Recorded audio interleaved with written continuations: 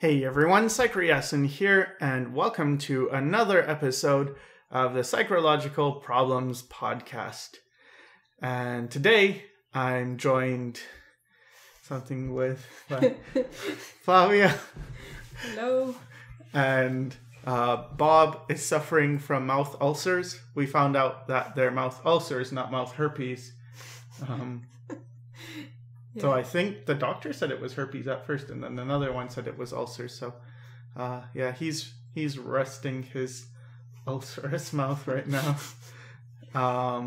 So I was thinking, for those who have seen my videos, my older videos, I've already talked about my story pretty much, and Bob has. Did I call him Jeff? Yeah, oops, Bob. No, you didn't, but you just did now. Oh. That's okay. Oh, He's okay. not here. He'll never know. He will. He'll watch it and oh. Anyway, Bob. What? Why did I even bring him up? Because he's talked about his story. Oh yeah, he's talked about his story. And so I figured it would be, I don't know if it's good, but Definitely not good for me. important for Flavia to talk about her story, because I think it's very important too. I think stories are really important in general when you want to know about a person, when you want to know about their art or their experience. It really puts things into context. So yeah, Flavia can. Yeah. To preface this is really, really difficult for me because, God damn it. Yeah, I'm not really used to talking about my story. So, I'm pretty fine with analyzing my own behavior, and I'm definitely fine with analyzing other people's behavior because I don't really, even when I connect to it, I don't really jump right into it. But when it comes to what happened to me and how I grew up, basically, it's really hard to, on one hand, it's really hard to associate myself with it. It's really hard to think, yeah, this happened to me, and this had pretty bad consequences, and I can't really deny the consequences. Like, I can't really speak with a lot of tone and melody and whatever anymore. But when I was a child, I used to sing, and I used to really like singing, and I used to go on stage and sing and blah blah blah and let it all out and be much more free. But that changed somewhere along the way as events unfolded. And on the other hand, it's really hard to put it in story form, because I remember things that happened pretty much as if they were yesterday, and my effort is usually keeping them at bay and keeping them contained and keeping my distance from them and not letting them impact my day-to-day life. So now that I have to talk about it as if it's a thing, I have trouble taking it seriously and making sense of it. So it was super hard when I did my story. I think for you it would be even harder. But. Yeah, so far only you and a couple of other people know my story. And yeah, so before I was born, my parents met, and my mom was in her first year in university. My parents are both physics teachers, and they went to the same physics university in Romania, in Bucharest. And my mom was younger than my dad, and she was much better at school than he was, and he was fine in school, as in he wasn't dumb. Both my parents are pretty intelligent, but he was very lazy, and he had no respect for university and teachers. And that's probably because initially he wanted to be a doctor, but he got a case of hepatitis and he couldn't make the admissions, and then he had to go to physics because that was when he finally recovered from the disease. So it was always probably it was a second best thing for him, so he didn't take it seriously. So my parents met, and I don't know how long it was, but it wasn't too long until my mom got pregnant. And they didn't really tell anyone that they were pregnant with me, because they didn't really want me. But because Romania was a communist country at the time, abortions were illegal, contraception was illegal, punishable with prison and all that stuff. So I had to be born. And it was... I don't remember that much. I have memories from a pretty young age, but I don't remember the very beginning other than from stories and vague images that I get. But I was born, and then they didn't quite know what to do with me, my parents. They had me in their dorm room for a while, and then my mom's parents stepped in and said, no, you have to take better care of this child. So they found a nanny for me, and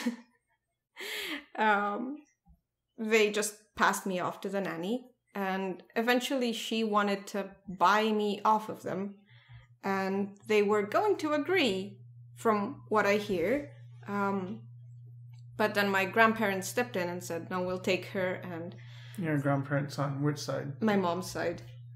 I don't think my parents on my dad's side ever found out, because I guess my parents have a very Romeo and Juliet story where their families are of very different social standing and very against one another's principles. My dad's side, they're very well connected and very proper and very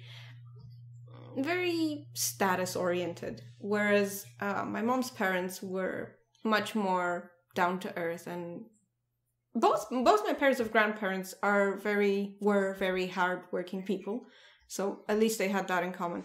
But my mom's side was more like practical, get your hands dirty and do stuff outside and make stuff, and they were born in the countryside, and they made it to the city, and just whatever they could scrounge up and just build it from the ground up.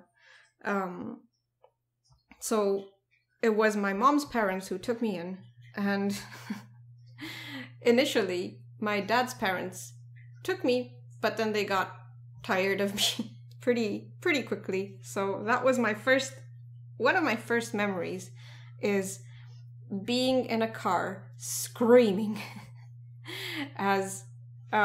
because my parents' families lived in opposite ends of Romania, and I was literally shipped across the country back and forth based on who it was more convenient for to have me at the time. So this is when you were 1 year old, 2 years old? I think, yeah, maybe 1 or earlier. And my first memory is of my grandpa's car's ceiling and me screaming and not wanting to, just yelling, and a lot of hours of anguish and just clinging on to familiar objects. And I had a baby carriage that I remember, and just very, very specific things, very hyper aware of every crack in the car and every noise that was going on. So that was that. And but they didn't believe that you had that memory, right? No, they believed it because... Didn't you say that you said you remembered it and then they wanted you to explain it? Yeah, they asked me to... Like, after I explained it to them, like, they asked... No, you couldn't possibly remember from that early an age. And I said, well, yeah, you remember that baby carrier and it had the spoke that was bent and stuff. And remember when I crawled out of my bed and I bent the bars to the baby bed and stuff? It's like, that was... I couldn't have known because they were the only ones at home and nobody had told me. Oh, okay. I kind of... Yeah, but that was a recurring thing, because things would happen with me, and I would talk about them at home. Like, I I saw this thing out the window, or they would ask me, oh, did you break this thing? And I would say no, and people didn't believe me. This has been a recurring problem throughout my life, where I guess because I don't know how to plead. I don't know how to talk while being aware of how to get a result. People just didn't believe me very, very often. I was accused of lying when I wasn't, and that made me very angry and very, I don't know, I guess I was very eager to withdraw, because I felt like it's not, like, what's the point in telling the truth when you're not heard, you're not even listened to. Yeah, so I ended up with my mom's parents, and that was actually one of the best things that happened to me in terms of my evolution, because on one hand I was away from my parents, and at the time I didn't know exactly how good it was to be away from them, but my grandparents were a pretty well-built pair, my mom's parents. My grandpa was very, I don't know how you would describe, like, if he was born in our generation, he would have a bunch of startups and he would just be exploring everything. And he grew up in the countryside, but when he finally made it to the city, he was persecuted by the communists, and then he had to hide in the mountains and live in somebody's basement for years and stuff. And then when he had to join the party or whatever. Yeah, they were forced to join the party, the Communist Party, and they were forcing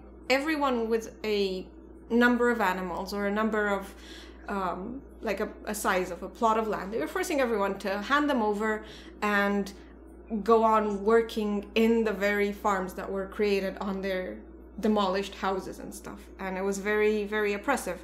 And my grandpa and his siblings and his mom, they didn't want to join the party. They didn't want to betray everything that they had worked for. They didn't want to write reports on their neighbors and spy, and because that was common practice. You would have to, every month there would be a party gathering, and you would have to rat out at least 3 people you knew and write about what you see them doing in their house and have they mentioned anything suspicious. It's very very dystopic.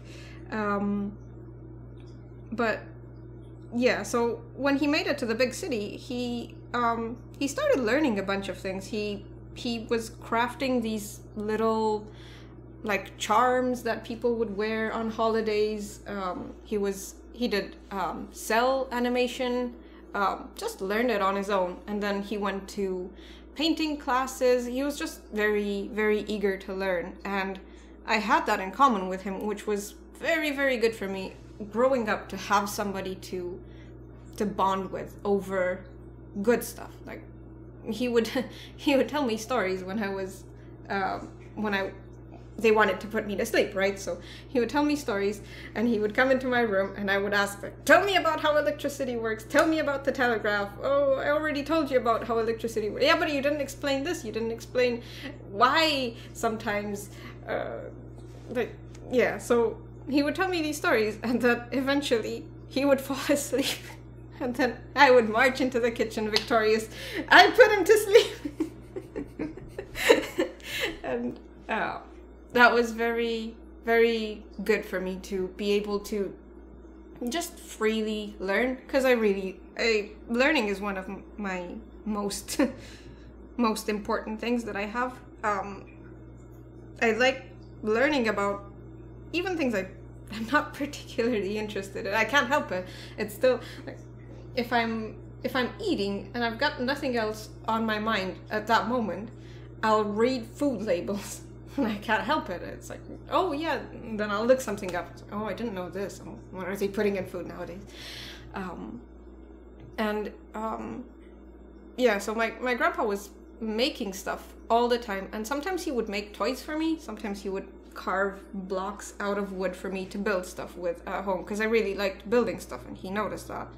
And since we also had that in common, it's like, hey, help and stuff. But that lasted for a few years, and most of the summers I had to go to my dad's parents, and my dad's parents were a pretty sound couple as well, but in a very different way. I've not met many people for whom love is an obligation or a duty. I saw this with them from very early on. So my dad's dad was a doctor, a very highly respected doctor, and he was the leader of that city's hospital for many years, and he had many friends in high places, and they would always get like good quality food, which of course was hard to come by under communism. And my grandma, my dad's mom, she's a chemist. She's pretty renowned as well, and tons of books that she's written, and everything in that domain about her is very, very respectable. But they were very, very cold. They were very, I don't know, just duty bound to the elimination of feeling. There was no room to say I'm uncomfortable or I'm anxious or I'm scared or I don't know, just even, oh, I love you. That was a thing you're supposed to say. And what happened is, I wasn't really super introverted. I was pretty balanced, I would say, as a child. But I would go out and I would try to play with other kids my age. I would go to the park, and I used to talk mostly to adults and not with children. But when I did talk to children, I would come back home and then I would get ranted at by my grandma because I am playing with kids under my condition, and don't I know it, and don't I see that I shouldn't be trusting them, I shouldn't be telling them stuff, I shouldn't be, because people only want what's worse for you and they're only looking to betray you. And I felt very inadequate all the time. And my dad has a younger sister, and she's very charming. They both, my dad and her, have this charisma thing going on where they really perfected their image, their social prowess, I guess. And she's very charming and very, very aware of how to use her femininity to get somewhere in life. And I don't begrudge her that. I used to really like her very early on. But what she did is she liked me initially. We would hang out together and stuff, and then she started telling my parents that I'm a savage, I don't know how to do things, I am too loud, I'm not girly enough, I'm not feminine enough, I'm not a young lady. And both her and my grandma were saying that. You're not a young lady. This is not what a proper young lady does. A young lady doesn't sit like this, doesn't dress like this, doesn't eat like this, doesn't hang out with these people. And pretty much every trip there was me struggling to make it through the days without getting too sad and feeling too inadequate. But what I did have at my dad's parents was a huge library.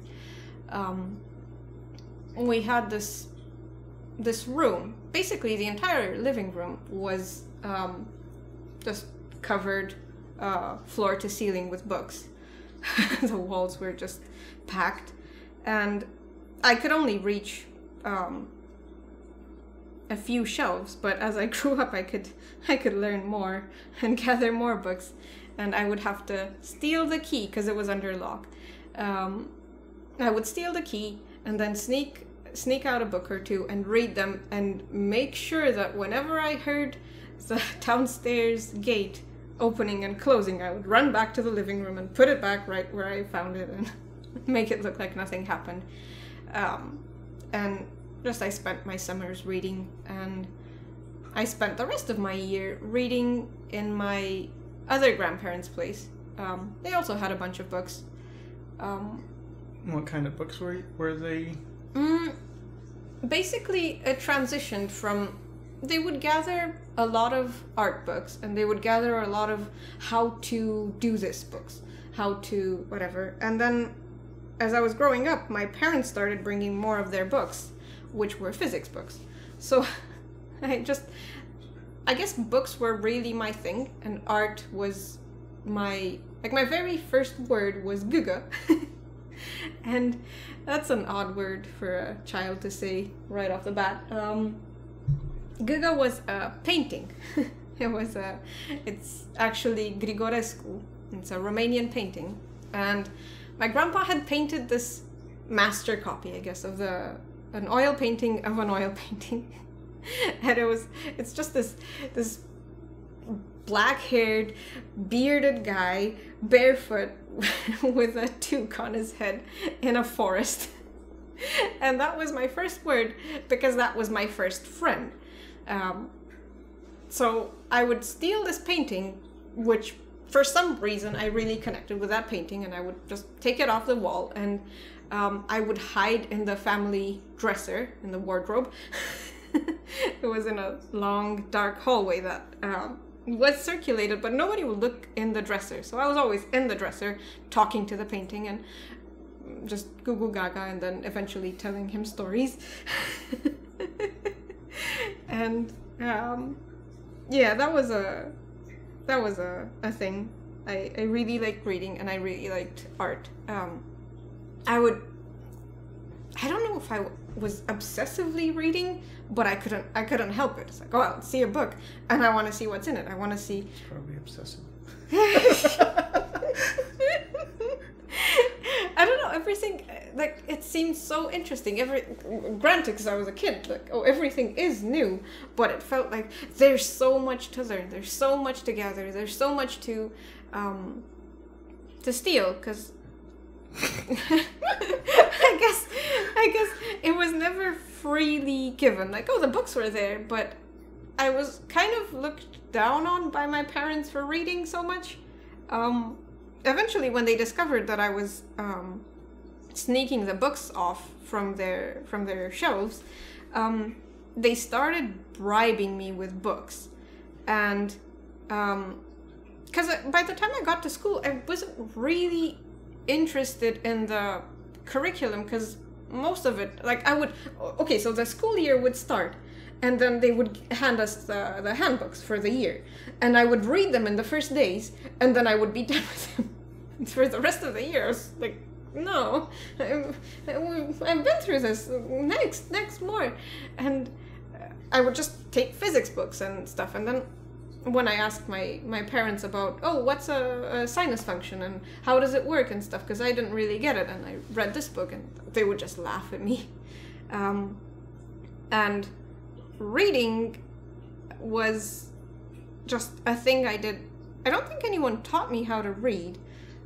I think I just taught myself with just books. So they would buy me children's books, and I would spell them and try associating the letters. And when I was growing up, we had this show in Romania. Right after communism fell, the television changed, because when Romania was a communist country, you would only get 1 or 2 hours of television a day, one channel, the state channel, which had bullshit news, which were very highly edited by the regime, and then you would have an animal show where they would show a lion killing a gazelle for half an hour or whatever, and a pelican. Fake news, nature shows. Mm-hmm. Yeah, and right after communism fell, we had... Which was when? 1989. We had a second TV channel. It appeared. Yeah. They reproduced from 1 to 2. Yeah, they reproduced. Like, it was the same state television, but channel 2. It's like, whoa. And we had series and shows. And one of these shows was called Dallas. And it was this soap opera, which I didn't know that it was a soap opera at the time. I knew nothing about the genre, but it was this soap opera about, I think it was made in the 70s, right? I think so. Yeah. It was long, wasn't it? Like many years? Yeah, many years. I know my parents watched it. Yeah, so I was watching Dallas, and mostly everyone else was reading the subtitles in Romanian. But I guess because I wasn't really paying attention to the subtitles, I was just paying attention to the spoken language, which was English. So you were what, 3? I think I was 4. I think I turned 4 by that time. So I was religiously watching Dallas and learning English, and that's how I learned most of my English before actually starting to...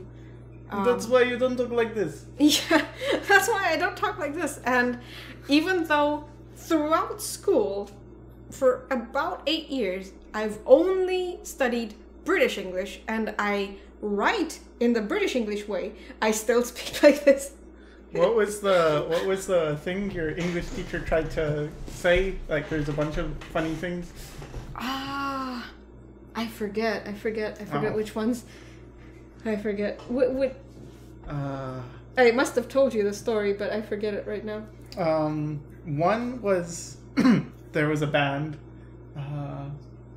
Rage Against the Machine. Oh no! That was much later. Yeah. This was much later.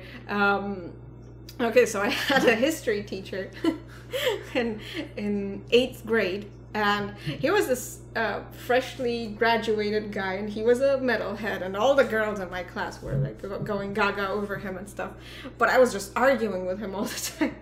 And then we had this graduation banquet kind of thing, and then he was telling me like, you know, you're still a kid, you're listening to Metallica and stuff like that, but wait until you grow up and you listen to Rage Against the Machine. We had like, I don't know, in Romania, and the schools I went to were good schools, but some of my classmates were not quite right. So what it just ended up, along the English classes that we had, we would have students who would say like, oh, they wouldn't remember the word for overalls, and the word for overalls in Romania is salopette, which comes from the French salopette, and they would say salopete. And they would just anglicize Romanian words all the time, and they would make their own version of English. But then again, so did I, because I don't really speak anything but my own version. Yeah, but that was kind of nursery at the time, right? That was in high school. My high school teacher. Okay, so my high school English teacher was probably the most disastrous English speaker I have come across in my entire school experience. She was worse than some of the students. And I would argue with her, because I had to sit through class, but I would argue with her over pronunciation and spelling and grammar and pretty much everything. And sometimes I would have to bring the dictionary to her to prove my point, and she really hated me, and eventually she didn't want me in class anymore. She said, you're excused from class, you can just not show up, I won't give you a bad mark, just don't come to class anymore. Which was great. But she was saying it's nursery instead of necessary, and just mutilating the language, which I could never abide by. But yeah, so I really liked learning languages, but most of all with English, it felt kind of more close to me than Romanian.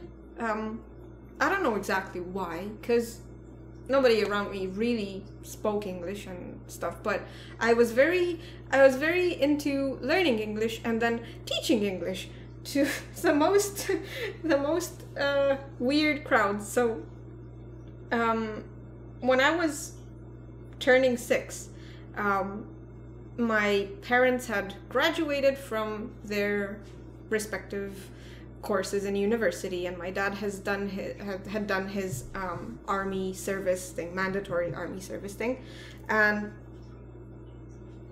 usually in Romania at the time they would assign you a teaching position just by default. Like, oh, if you want to work somewhere, you can go work somewhere, but if you don't have a job offer, you can be a teacher, and we are assigning you to this school. And because my parents were from different cities originally, they had a pretty tough time getting assigned to the same school. So when I was 6, my parents moved back in. And for a time, the house was me, my grandparents on my mom's side, and both of my parents. And that was the beginning of probably one of the worst chapters in my childhood. My dad had and still has a huge ego, and he's a huge and very fragile ego. He is very aggressive and very quick-tempered and just not stable at all. And my mom is pretty manipulative, and while she's not as physically aggressive as my dad, she enables him. So before my parents moved in, I would talk to my grandparents about my parents, and I would refer to them as the kids because they were only visiting on weekends, and I would see them pretty rarely. And sometimes, a few times, I think I tried to hug my mom, and because I was like, oh, excited that they'd come back, and I would run to hug her, and she would just reject me. And that was painful, but I guess it really made me express myself a little less. It made me more withdrawn. But when my parents moved in, it became pretty clear that we weren't gonna get along, because as I said before, my parents' families didn't really like each other, and my dad's parents never approved of my mom, and my mom's parents definitely never approved of my dad. There were a lot of arguments, a lot of differences in character, and a lot of just issues. Like, my dad was lazy, he was very condescending, very rude, very aggressive, very thinking he knew it all, no respect for my grandparents. And on the other hand, my dad's parents thought that, no, my mom's from a too poor family, her skin's too dark, just pretty racist. Like, I guess it's a hidden type of racism, which I could never stand. And so after it became clear that my grandparents and my parents could not coexist, by the time I was 6, my grandparents, they'd been trying to get a house in the countryside, and they had a couple of attempts, but the first attempt, the house fell. It was lucky that we were sleeping in the car at the time, but the house just collapsed shortly after buying it. That's pretty funny. We were parked outside and sleeping in the car because we hadn't managed to get the car, the house settled, like fixed and everything. And then come the morning, okay, let's go back to work and do stuff. And we found the ceiling collapsed, caved in completely. So they had to sell that lot, and they lost some money and stuff, but they had saved up, and then eventually they bought a house which they could fix. And they moved to the countryside and retired from their normal jobs. And I went to the countryside with them, and basically we were just using whatever materials were growing in the garden to make walls and fences and makeshift windows out of plastic and sticks, and it was very rudimentary. And we didn't have a toilet in the house. We had what's it called, an outhouse in the garden. And it had cracks between the planks, and you could see outside, and the wind was howling in it at night, and it was pretty adventurous. And we had snakes in the garden because the grass was tall and everything, so we had to just tame everything. But meanwhile, in the apartment in the city, life was not that great for me. So, as I said, my parents... So basically, your grandparents moved to the countryside and gave their old house to your parents. Yeah, my parents stayed in the house. And as I said before, they didn't really want me. And they were not really equipped to deal with a child.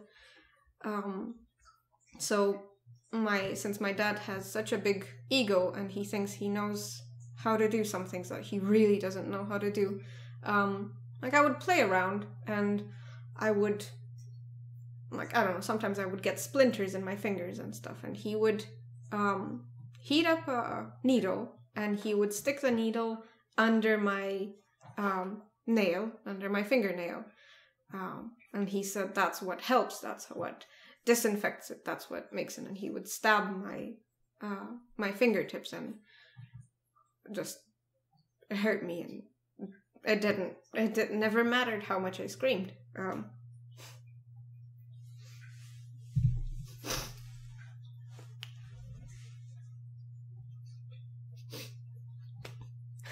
Sorry about that.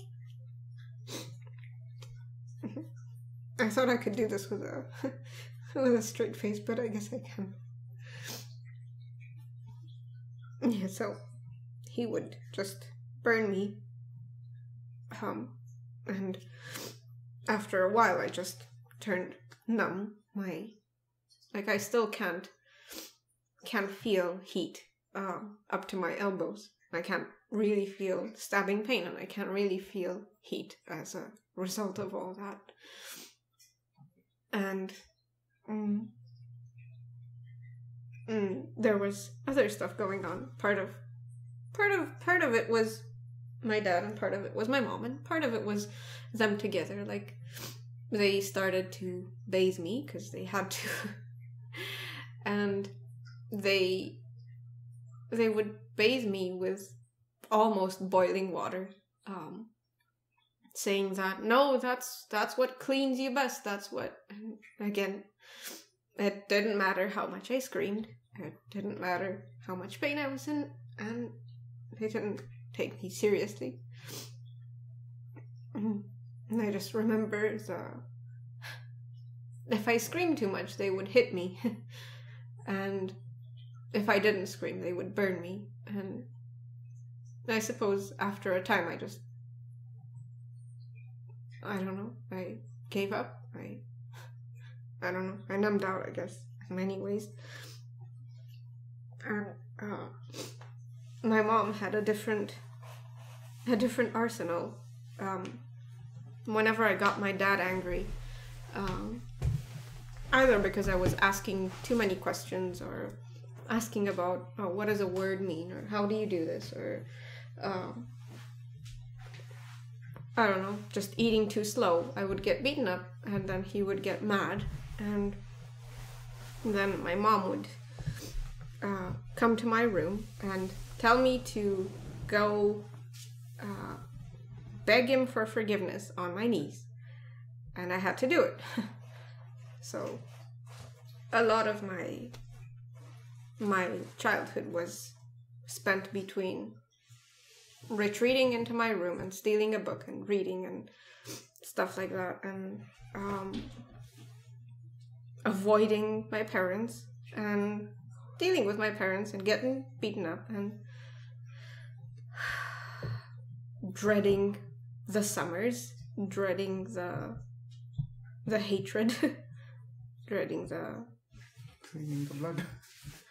Cleaning the blood, yeah.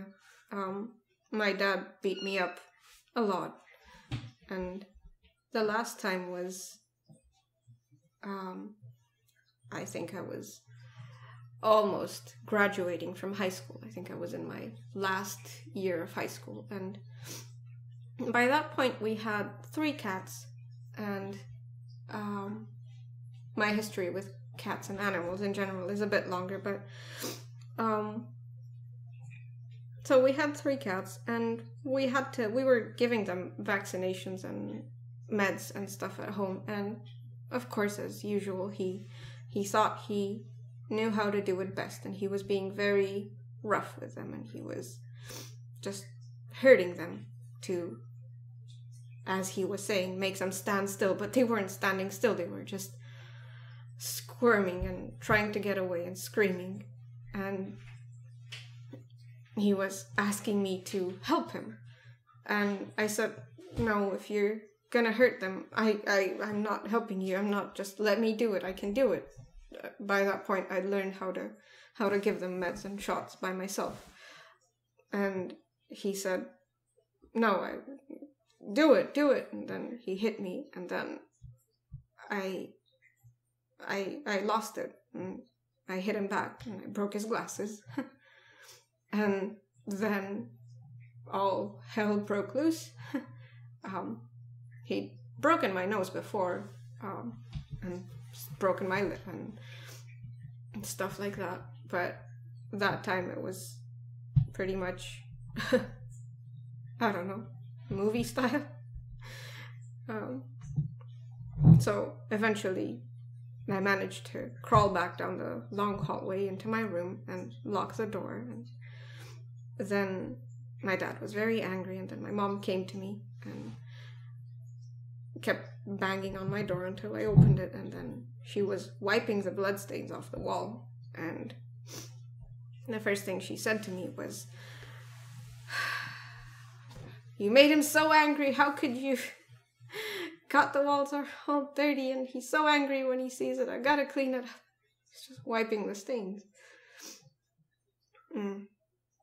That was one thing, and then throughout the years, she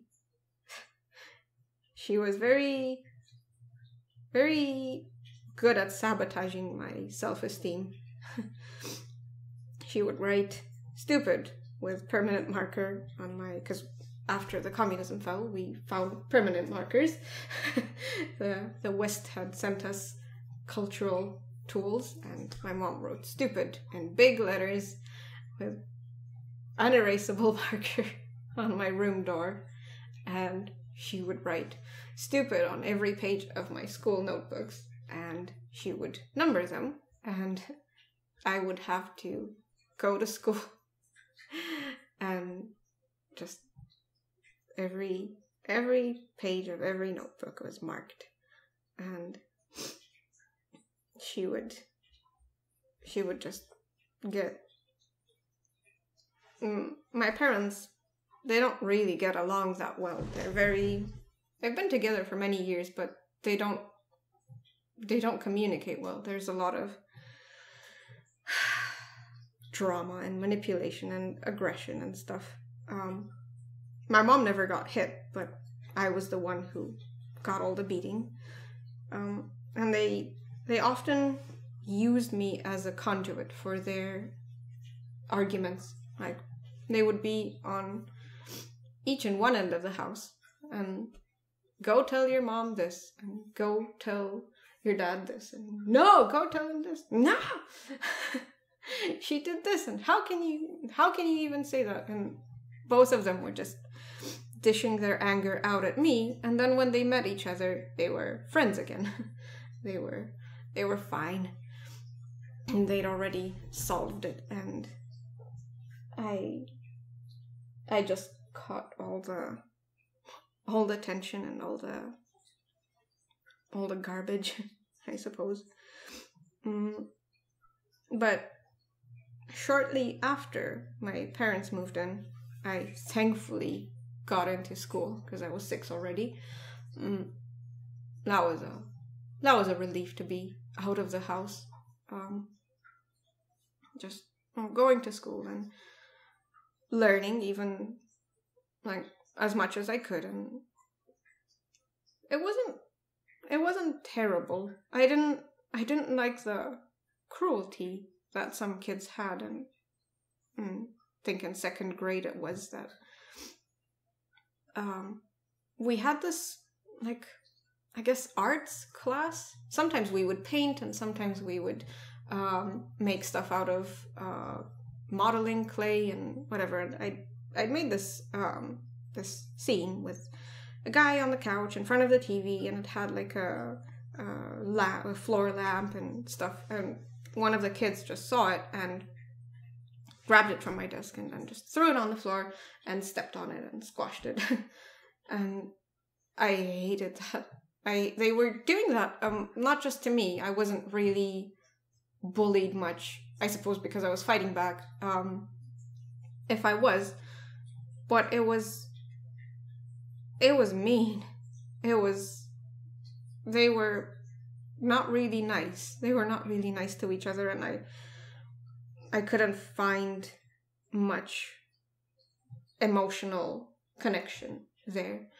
But I did find it in a class, a bunch of classes actually, but mostly ballet class. Because at the time I was in primary school, my dad started teaching electronics and applied physics and whatever at this extracurricular. So we have these houses in Romania, these clubs, and they have a lot of disciplines. Like you can learn chess, you can learn piano, you can learn ballet, you can learn go-karting and programming and a ton of stuff that you would do as a kid. Like, oh, maybe you're interested in violin, or maybe you're interested in who knows what, and your parents can't afford it, so you go there, and they have a teacher, and it's a pretty okay place.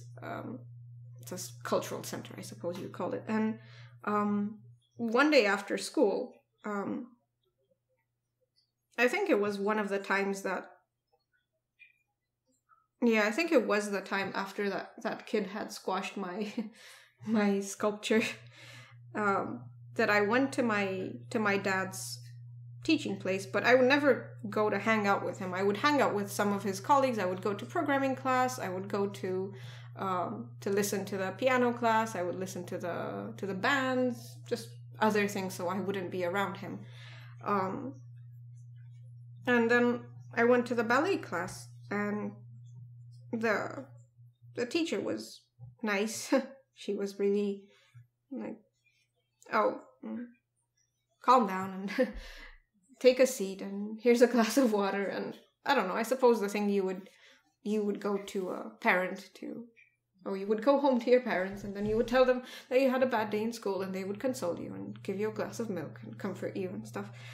But I had none of that at home, so I ended up in this class. I really liked, I still do, just climbing things and doing stuff and moving around and whatever. So ballet seemed like a natural conclusion of that. It's like, oh, what do you do when you're in the city and you have no trees to climb? Oh, you go and you do ballet because it's got classical music and you get to be graceful and you get to be, you get to wear a tutu.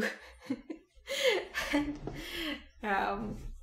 I was always too small for wearing the shoes though, so I had to just make do without. But that's how I ended up in ballet class. I was going through all the clubs, and then I found one that really connected with me. And for 8 years, I kept doing ballet almost every day. I would go just right after school for a few hours, sometimes because I would have to wait for my dad. I would wait for my dad to pick me up from school, but he would never really show up on time. And initially, I had to just wait way outside of the school gates, at an intersection that was more comfortable for him to stop at, right under a drain. And sometimes it would rain. The drain was just leaking on top of me, and I would stand there for hours because he would just be too busy talking to somebody he'd met along the way and stuff. And one time I waited, and then I'm cold, and I felt cold and soaked and stuff, so I went back into school. And hours later, he comes fuming after me, beats me up for not having been in the convenient spot for him. So as early as I could, I tried avoiding dealing with them, with both my parents. I just tried to do things on my own, and I tried to not let them know that I was learning about physics, not let them get involved in anything, just keep to myself, and as much as I could just withdraw and seal myself away. And I suppose I've carried that into the present, and I'm still now I'm struggling against it, because what used to help me then, what used to help me avoid beatings and humiliation and everything else, is now hindering my life. So it's a funny thing with coping mechanisms. When they're built off so much trauma, they end up turning against you when you're trying to fix yourself.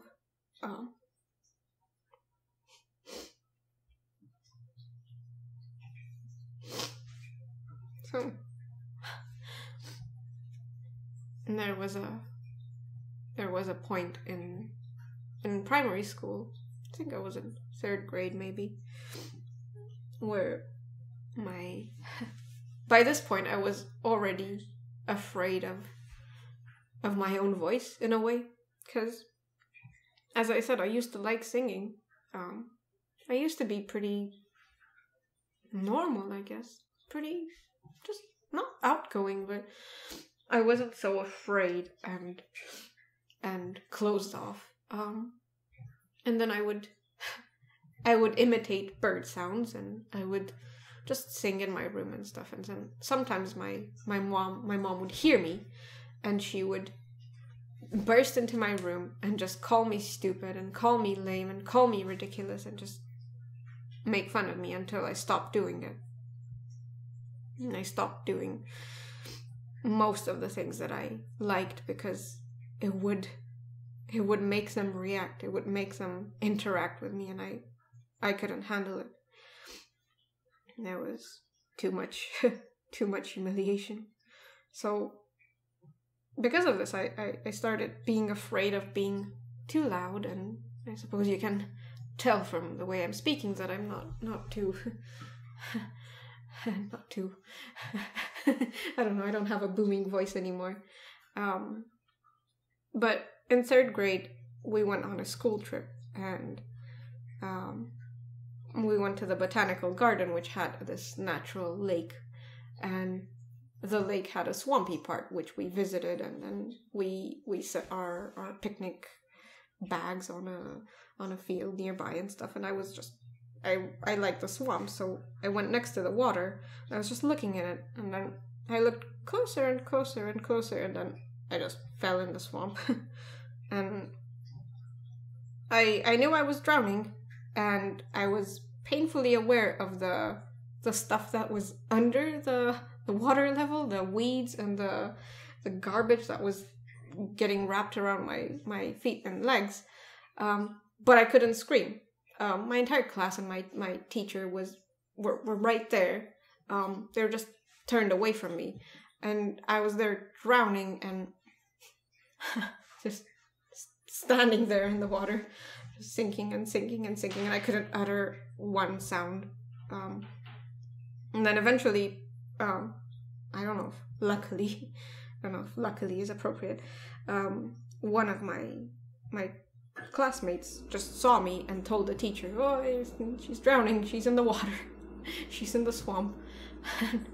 And then I got taken out of the water, and I lived to see another day, get another beating, because of course I got beaten up at home for whatever, embarrassing my family, not being careful enough, and all that stuff. So school was pretty good for me, compared to home. I think at this point in primary school, the highlight of my days was the time away from my parents. And one thing I liked were holidays that I got to spend in the countryside. I hated going to the countryside. I really, really despised going to the countryside because my parents would have to drive me there. But since they don't get along, they could never agree on what to take and when to go and how long it would take them. So it was always a cause for arguments and for more me having to go back and forth between them and doing some passive-aggressive thing and taking part in some just aggression and anger. But after I got to settle in, then my parents would leave and then I would be left with my grandparents. It was pretty nice in the countryside because my grandparents were growing vegetables. They were planting trees. We were tending to the grapevines, and I got to just spend time outside. And I would bring my books with me, and I could read, and I could eat honey right out of the jar and sunflower seeds, and I could have more fun. And I used to hang out with kids in the countryside a lot, and I soon learned that the kids I was hanging out with were gypsies. But I liked them. I thought they were cool. We would go across, like, around the village, and we would grab fruit from people's trees, and we would eat cherries and apricots and just good stuff. And we would play games and run around, and I would teach them English, and they would sing, and they would sing their gypsy songs and just be free. I guess freedom was something that I didn't really get much of. And as nice as my grandparents were on my mom's side, they too were telling me that I should not be hanging out with gypsies, that they're not good people. And granted, sometimes their parents would do bad things. Sometimes their parents would mug someone. But I never felt like the kids were responsible for that. I didn't mind the kids. They were nice to me. They were fine. They never offended me. They never stole from me. They never invited themselves over or anything. I was always in their houses, and I was eating at their places, and their families never treated me badly. So I didn't get the suspicion. Never understood the concept. And then many years later, I went back to the countryside, and there's this guy yelling my name in the street. So, because of my reflex to just keep walking, like, oh, he was following me, kept yelling my name. So, okay, this guy knows me. And then it turned out that he was one of the kids I used to play with. And then he told me, oh, I'm so grateful to you because you taught me all the English I know. And then I went to England, and do you know how much stuff I stole? Using that English. It helped me so much. So I guess I don't know what to think about that, but I'm glad it helped him. Not glad it helped him steal, but I'm glad he remembered it enough.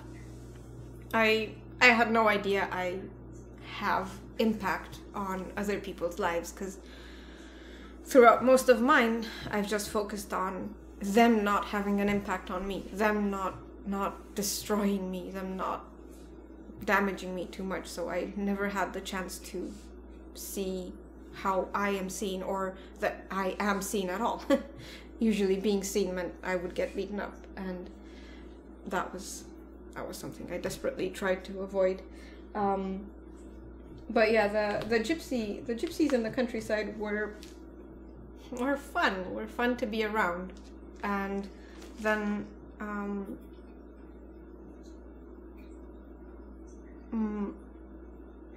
in our family, they're not really tightly knit. They're not a close family. My grandparents' generation was a bit more than that, but I never really got along with them much. My mom was recluse, and she went to the family gatherings and we had to go, but she would stay away and, I don't know, cast mean looks towards them and avoid conversation and stuff. And my dad would have none of it. He would, no, they were too low for him. He was always offended by something or other. Oh, they underestimate me. They didn't even know who they're talking to, and they don't give me the proper respect. So that was pretty much on the fringe. I only got along with 3 people in my family. One of them was my grandpa on my mom's side, and the other 2 were my uncles, Radu and Cezar, and they're both, obviously, they're older than me. Radu's 9 years older than me, so he was kind of like an uncle-cousin type thing. And Cezar was older. He's my dad's age, but we got along pretty well. I guess we were the more down-to-earth of the bunch. We weren't really into all the drama, all the arguments and stuff. We were just the ones face-palming. But it really cemented how much difficulty I have just being accepted or being seen or being wanted.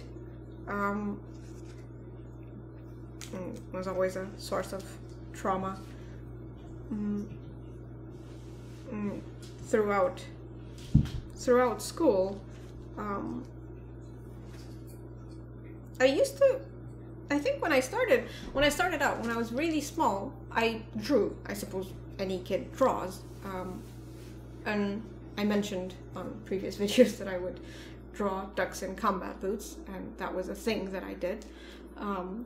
But after a while, I suppose it was kind of like the singing. It just the constant humiliation got too much, and then I stopped drawing. And then in middle school, we had this art teacher. I think I've told this story before. He would show up drunk to school, to class, and he would just hit the students, and he would hit them with this big wooden thing, and he would hit our backs and stuff, and it was a really bad association for me. And at that time, I really was mixing the person with the subject, or with the, I don't know, with art. Like, oh, an art is what an art teacher teaches you. I suppose it was in my head. So I had an aversion to it. And then he quit. He quit when I was at the end of my 7th year in school. I think he retired, or he got cirrhosis from drinking so much. I don't know, but he was out of the school. And then I started drawing. I wasn't drawing much in the beginning. I didn't draw much until high school. But by the time I got to high school, I was compulsively drawing in class because I was so bored. And I was so anxious to be around a lot of people all at once, and teachers saying stuff, and everything was super high pressure. And I don't know, I suppose by the time I was in high school, I was overwhelmed with just being around people. So I would just draw to keep myself calm. I would just, not so much doodle. I suppose they were doodles. I wasn't sketching much. I was just making stuff and making creatures, sort of. And I was really, I don't know. I wouldn't say I liked high school, but I did. It's not quite, you know, high school was the most fun and social. It's not the typical thing. The high school I went to was more of a high performance kids lumped together, but what happened is most of them were into maths and programming, and we had 7 hours of programming a week, and I think 5 hours of math and 3 hours of physics and 2 hours of chemistry and all that. But when I got into high school, I sort of switched into, I was into math and physics before, but my parents found out about the physics thing, so my mom started to make me compete, make me solve physics problems for these magazines that they would write my name in a chart, and I would have that in my curriculum. And then, so she got involved, and I couldn't stand it anymore. I couldn't, like, she would just hover over me and tell me, you're not fast enough, you didn't even do 200 of these solutions, you didn't even do this, you didn't know, it's barely anything. And it just, I did my best to drift away from it, because afterwards my physics teacher in school also found out, and she decided she could take credit for it. So she wrote to the magazine, and she added her name in the so even though she wasn't teaching me stuff and I was just doing them because I liked physics, yeah, it became everyone else's show, not mine. I hate it when people try to take other people's fun and passion away. They just get involved and turn it into their own thing and discard the kid. And this happens very, very often. All right, so we had to take a little break. Yeah, I had to take a little break. I was having a lot of difficulty. Ever since I decided to talk about my story, I've had a lot of doubt about it. Like, I have a lot of trouble connecting to, oh, this is what happened to me, and this is bad, and I have trauma, and I can't quite take myself seriously. I can't quite take my pain seriously. I can't acknowledge it, because whenever I do, it gets too much to handle. And that's my other issue, is that when I'm not despondent, I am crying. And there are times when I feel like if I were to be emotionally connected to myself, there would be no end to crying. There would be no end to screaming.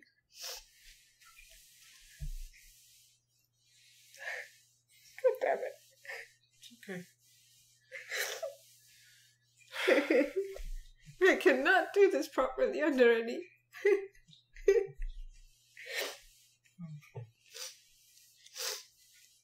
Well, it's revealing. Yeah, I suppose it is. A lot of people have. I talked about parts of my story with some of my university classmates, because I tried to explain to them why I don't like shaking hands and why I don't like being touched, and because it's weird. Like, people will come at me with good intentions, like, oh yeah, nice to meet you, and they will offer to shake their hands, and I flinch, and they'll try to hug me if we're friends, and I will duck. And I don't want to hurt their feelings, so I have to explain why I don't like being touched by strangers, or not by strangers, but even by people I'm close to, but I can't handle it. And I talked to my university schoolmates about it at one point, and they were just noting how disconnected I am from my feelings. How can you talk about this with a straight face? And sometimes I can't right now, but sometimes I turn very flat, I guess. Yeah. It's something that I feel sad about, because something Flavia has told me about is how in the past she wasn't believed about things and people thought she was lying when she was telling the truth. And I had this as well. And it was a case of, like, it sucked. It sucked when people didn't believe what I had to say. And I had to learn how to communicate in a way, how to be persuasive, how to, all right, the reason they don't believe me is because I'm smiling. And I would often, I don't know why, but I would smile when I would say I didn't do something. Because I found it funny. I found it funny that they're accusing me. Like, when I was really young anyway, I found it, well, yeah, they're telling me, oh, did you steal this thing? And then my thoughts are, oh, someone stole something from them. Isn't that funny? I don't really like them. And so I would have like sort of a grin on my face. And then I would say, no, of course I didn't steal it. No, you're lying, you did. Oh, okay. So... Yeah, I never did that, but I imagine from the outside, I just talk like I normally talk. No, I didn't. So, oh, there's no emotion. You don't feel insulted, probably, or you don't feel like... Yeah, that was the thing I learned, is righteous indignation. So if someone thinks you're lying, the way to correctly get out of it is to be pissed off and like, what do you mean I'm lying? How dare you? Yeah, how dare you? I'm not a liar. Blah. To get out of it. But yeah, it made me sad to hear how many... Because Flavia's mentioned her story on different degrees to a few people, not many. And just seeing how they couldn't really follow it, it really bothered me. Because... well, partially it's Flavia's on your, I guess if I'm talking to you, but it's your lack of self-esteem. You don't really think what happened to you was bad. And so when you talk about it not really that it's that bad. And there's so many parts I want to jump in. Because it's like, yeah, because I've heard... you were the first person I told my story to. I had never talked about any of it until... And I was very emotional when I heard it, partially because she wasn't saying it in a very, or you weren't saying it in a very affected way, like affect in the psychological term, displaying emotion, and so what it told me was, here's a person saying some pretty horrendous things, but in a pretty neutral way. Yeah. And then what must a person be repressing in order to be so flat about something so painful?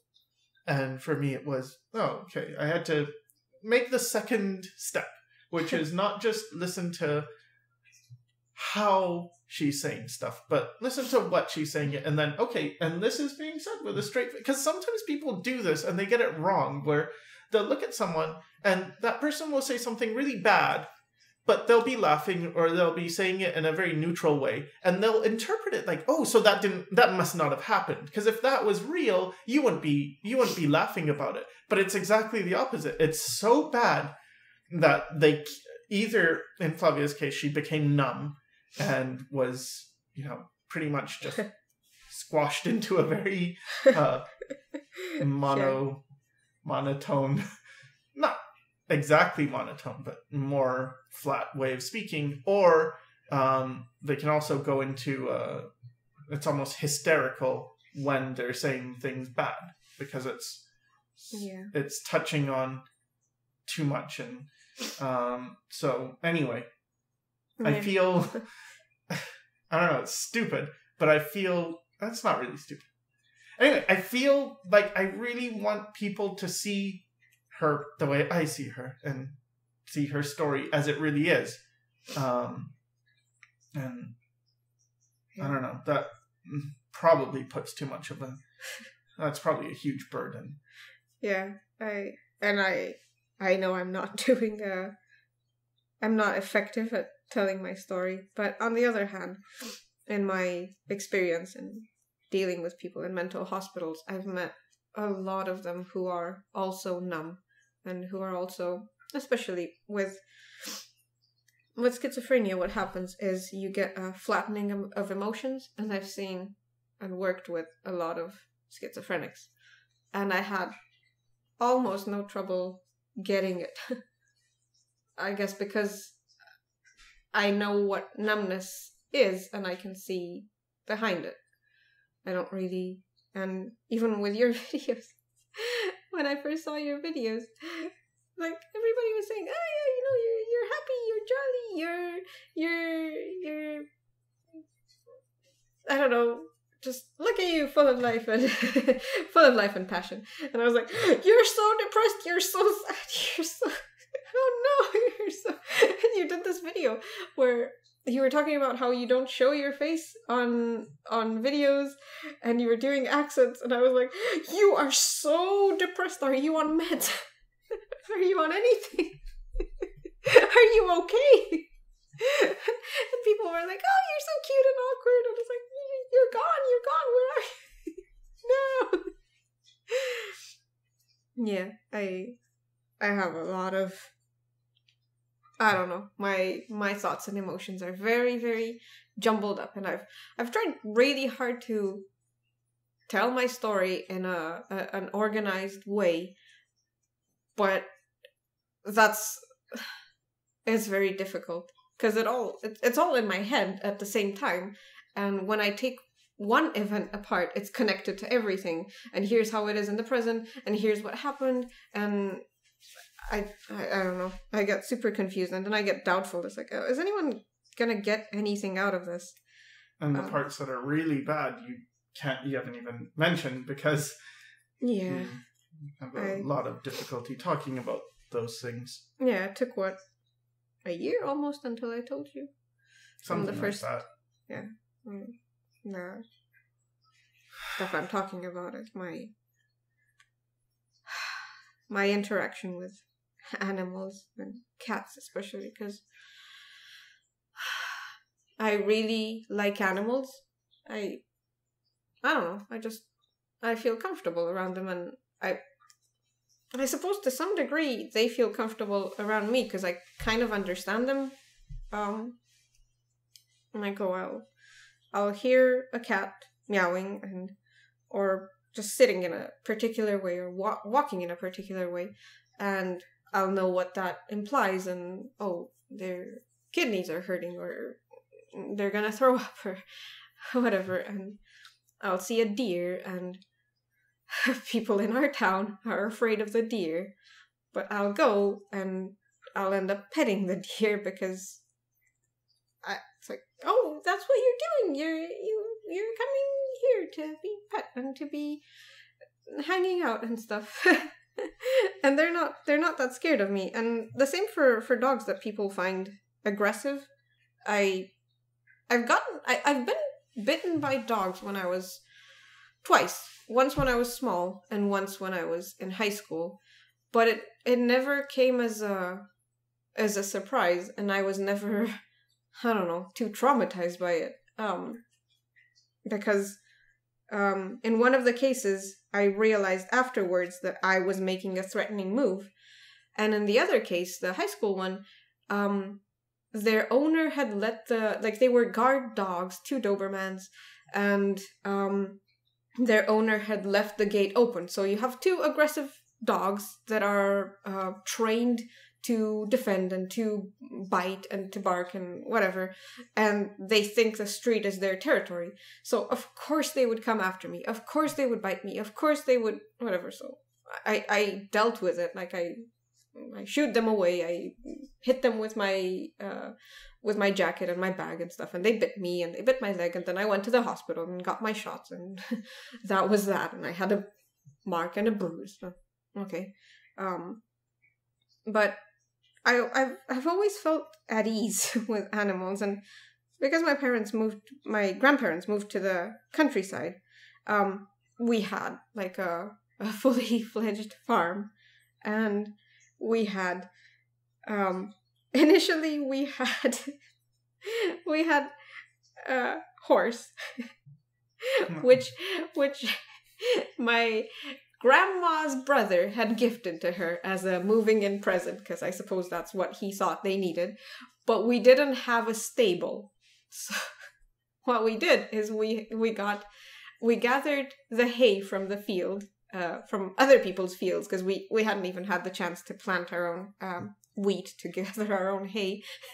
So we gathered hay in like ballots and stuff, and we sort of scrounged together a roof from plastic sheeting and stuff, and that was our stable. And the first night we put the horse in there, the horse ate right through the wall, and I was always just hanging around it, and oh, there's a horse, and it's just looking at it from all the angles and stuff. And then at some point I looked at it, I came at it from behind. And of course, it got startled, which, in hindsight, it makes perfect sense because they can't see. So it got startled, and it just hit me in the head with its hoof, and I was thrown a couple of meters back. And we had goats, and the goats were funny. They're very picky about things, and they're very people-like. They've got their preferences, and they've got their stubbornness, and when they're small, they'll climb on your back because they think you're a moving rock and you're a challenge to be tackled. And you'll just walk around with a baby goat on your shoulder like a pirate would with a parrot. And we had chickens and, I don't know, turkeys and ducks and geese and all sorts of weird birds. And yeah, it was very fun when it wasn't horrible. We had cats, and I suppose out of all the animals, I connect the most with cats. And I was always playing with them, and I was always just, oh, kitten, yay, the cats. And this one time at the countryside, we had a kitten, and I was playing with it, and my parents were getting ready for us to leave. And as we were leaving, I let the kitten go, and it ran under the car, and my dad drove over it.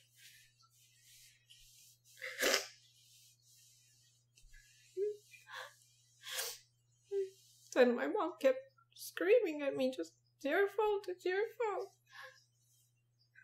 And I still think it was my fault.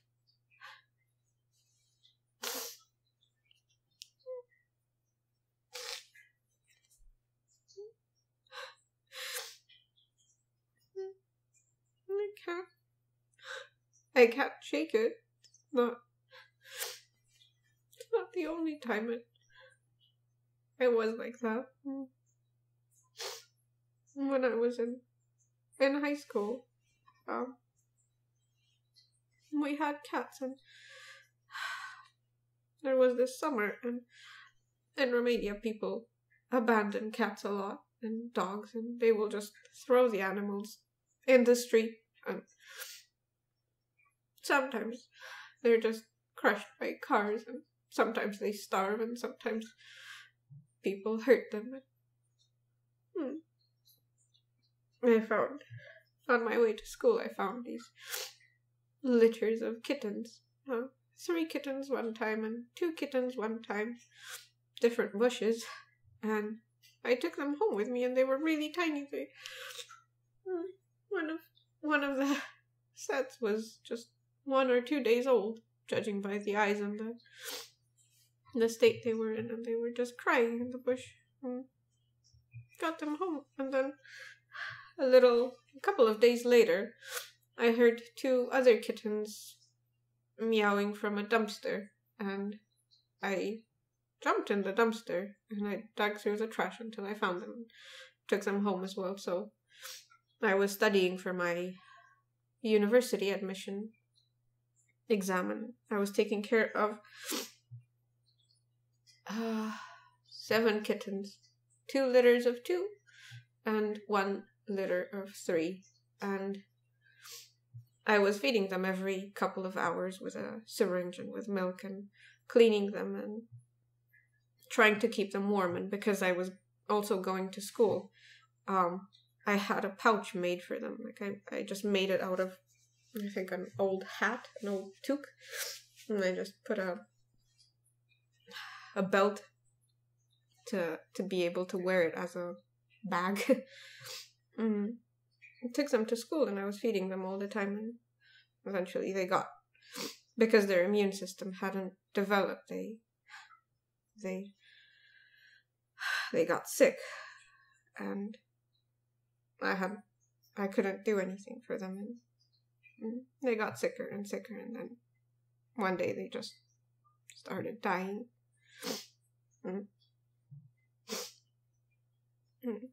They died pretty much one after another in my hands.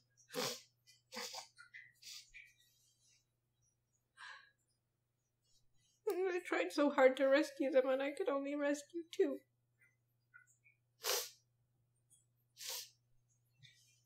And then, soon after, our 3 other cats got sick. Our old cat. They got the feline flu from the babies.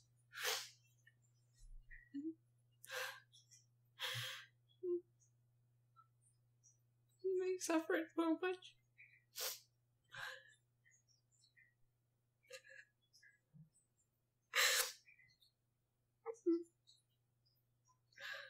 One of them was just coughing all the time, and coughing just brown stuff, and choking on it, and choking on the infection. I was going to the vet every day, and they were having her on IVs and stuff. She died in the text. Couldn't do anything.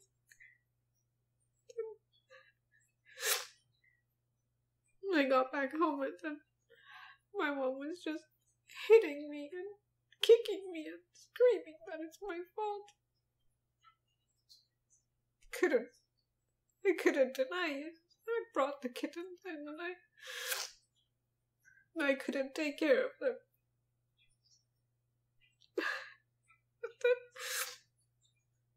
our other cat, one of our other cats died too. Not long after.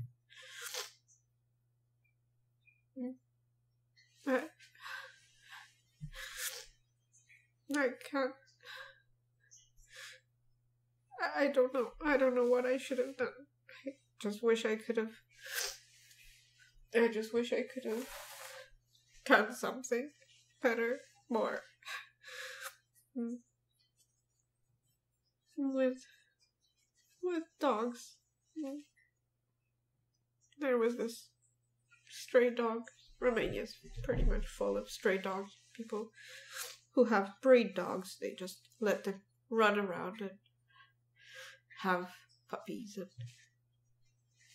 and just go unchecked and not taken care of and stuff. So there was this in our building, I don't know what you would call it, in our area of the city, there was this really friendly dog. There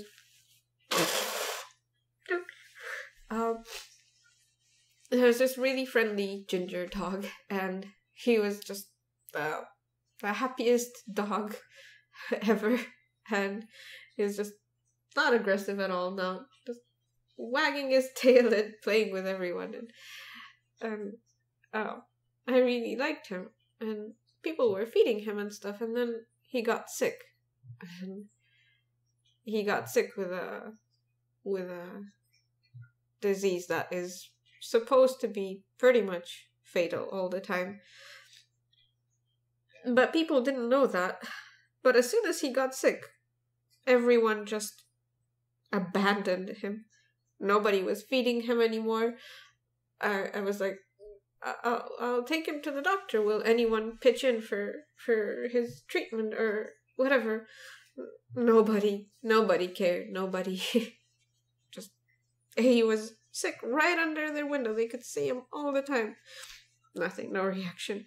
So every day I put him in a bag because I was going to the vet with a taxi because my parents wouldn't drive me to the vet. So I was going to the vet every day with him in a plastic bag because the taxi drivers really hated his smell, and he got better eventually. Like, I got this pump to pump out the mucus out of his nose and clear his airwaves, and he got better. He recovered surprisingly with no damage, no lasting, because some of them have nerve damage and stuff and they can't move properly after and whatever, but he made it, and then he was happy again, and then the city hall poisoned him. The city hall in this particular city in Romania thinks that's how you deal with a problem. You poison some dogs, and you get to see them dying and foaming at the mouth and twitching. How's that?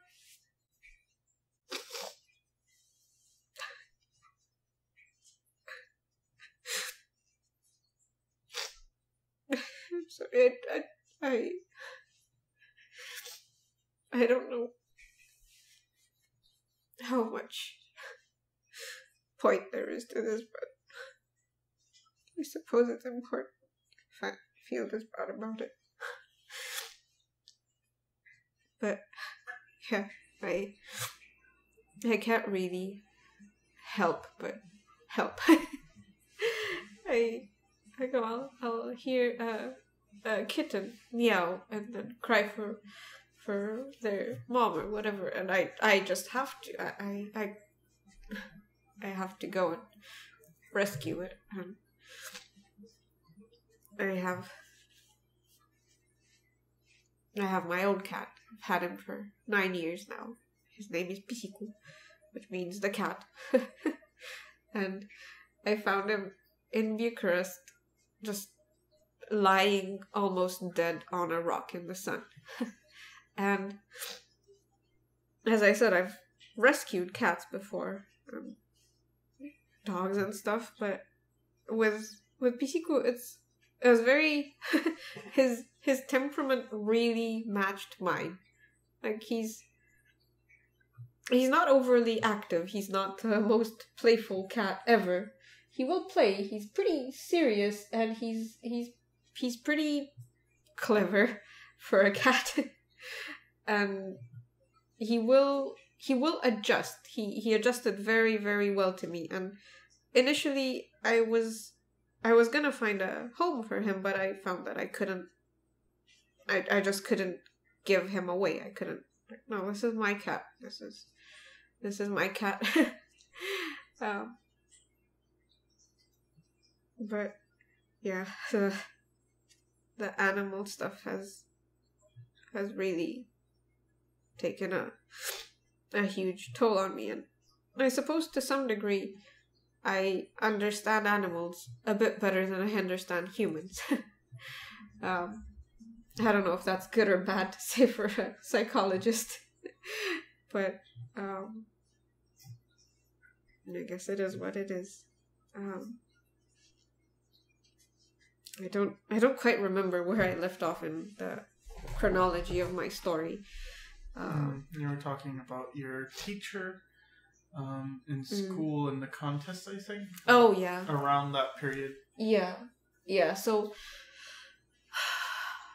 in middle school, as I said before, the schools I went to were pretty good, and as I progressed, I went to better schools. So we would often, the best in our class or in our school would just go to contests, national contests. Go, who can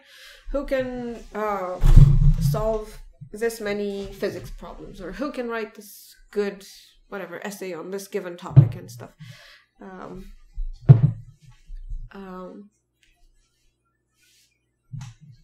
But sorry about the noise. Yeah, so we were sort of catered towards performing, towards academic competition. And I really liked that. I thought that was just the best playground for me. I really felt at ease in it. It was kind of a I don't know, way of getting back at the teachers. Because in middle school, I had a really horrible literature teacher. She would never, like, I was the best in class in terms of literature, but she would never give me the top mark. Never give me a 10 out of 10, always a 9 out of 10. And coincidentally, she was our, what do you call, headroom? Not headroom. Homeroom. Homeroom teacher. So she was our homeroom teacher. So we had to see her many hours a week. And she really hated my guts. And she would always try to catch me unaware and ask me questions that she thought, oh, I'm not going to be able to answer this or analyze this passage or remember what's been said, because she thought I wasn't paying attention in class and I hadn't done my homework and I hadn't read the things. And but I always had. And what I started doing was, the other students in my classroom, they were taking private classes with her. She was tutoring them for whatever. This was pretty common practice. And what happened is they were telling stories about me pretty much every time they were in the tutoring sessions. Like, oh, she came dressed with this t-shirt, and I was, at the time I was wearing heavy metal band t-shirts, and I was dressed in black and whatever, and she really hated it. We didn't have a dress code, but she really hated that I dressed in a certain way and that I had skulls on my t-shirts and whatever, and that I had my hair dyed black and stuff. And so they would rat out on me. But then they would also come to me because they weren't doing their homeworks and they wanted essays written. And I was just writing the essays for them and mimicking their handwriting, and charging them money for it. And in school, the teacher would have them read the essays that I had written, and she would give them the top marks, but never me. But I had this feeling of satisfaction when they got a 10 on my essay. It's like, you got fooled. You don't even know. You think you're smug. You think you're hurting me. You think you think I'm suffering because of this. But I wrote the essay that you're grading. So that was kind of, I guess, my nerdy way of having fun in school. And then in high school, it got even worse. Or better, I suppose. Because pretty much my entire class was going to national or international or whatever competitions in one subject or another. But most of them were geared towards maths and programming and physics. Whereas I figured out, I actually like literature, and finally I am free of this awful literature teacher. So I'm just gonna pursue it. And I started writing my own essays, and I came across my high school literature teacher, which was great. She knew my former teacher, and she hated her because she was so dogmatic and because she was so narrow-minded and prejudiced and everything that I hated her for. So I was like, oh, I have something in common. Somebody sees what I saw. That's great. And she really encouraged me, and really, I guess what mattered most was the fact that she protected me in a way, because for all my results, I really had trouble getting along with my teachers, mostly. Like, I started out still going to the maths competition, but because in high school my math teacher was I don't know exactly how to describe him. He was very rude, very stubborn, very boorish, very, I don't know, just, and he didn't like me. He didn't like me because I talked back. And he didn't like me because he hadn't picked me for the class. Because basically my class was hand-picked students by the best teachers in the high school. So everybody got there. You have to probably preface it with what the schools are like, because you're just saying high school, but it's not a high school, it's a specialty. It's not formally a specialty school, but it is the best high school in the country.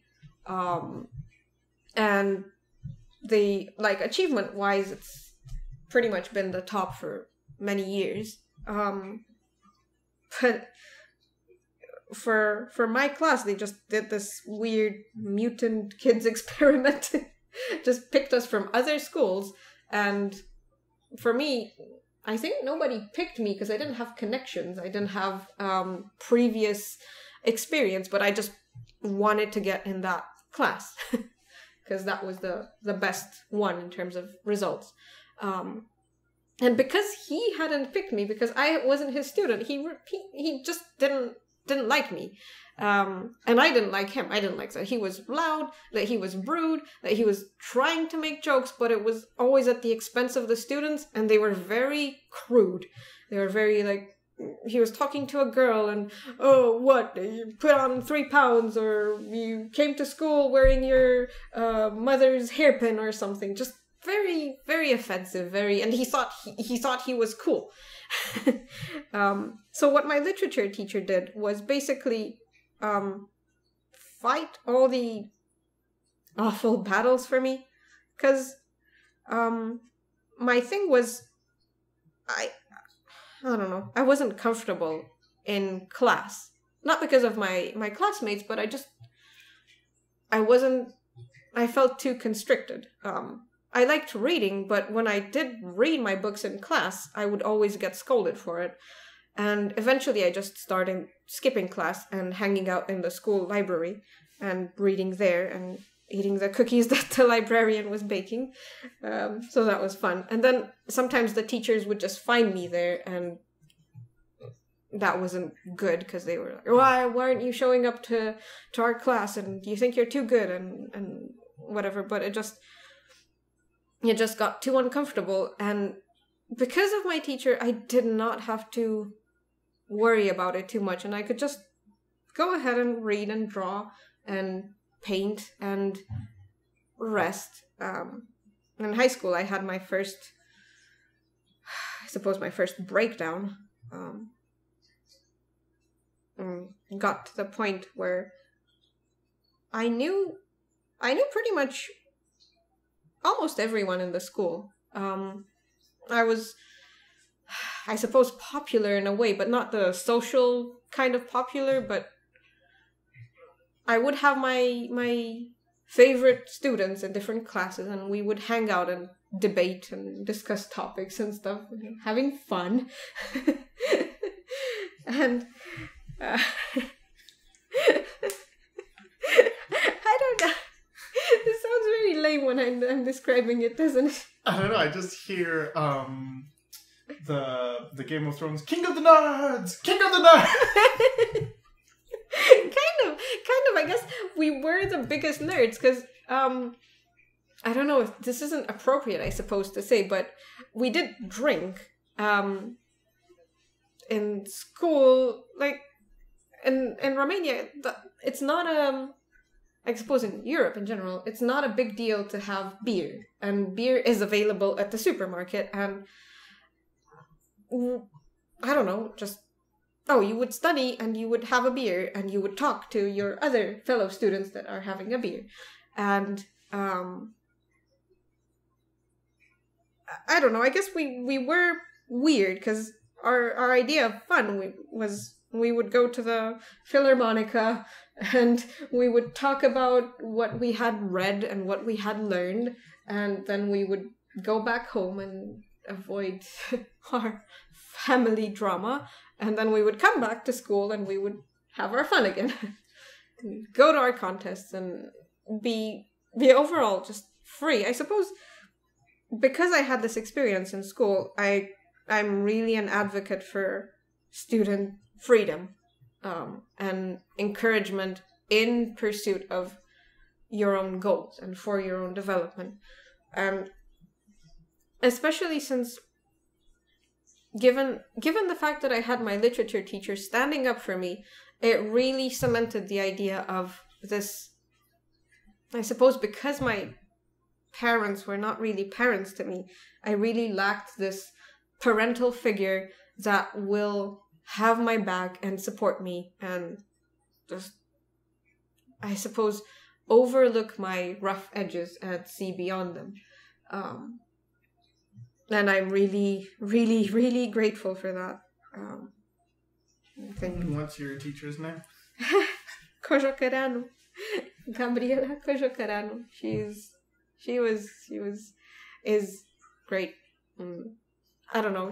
I suppose I had a lot in common with her, because whenever she would tell me stories about her when she was young, she was pretty blunt and pretty just rebellious and not quite doing things the traditional way. Pretty belligerent. I suppose she saw something in me that other people didn't. I'm glad that I was more than just an inconvenience for her. But at the same time, in high school, I'd started drawing, and I drew quite a bit. I was also writing poetry because I'd made a bet with my teacher that I don't really like poetry. I should preface it.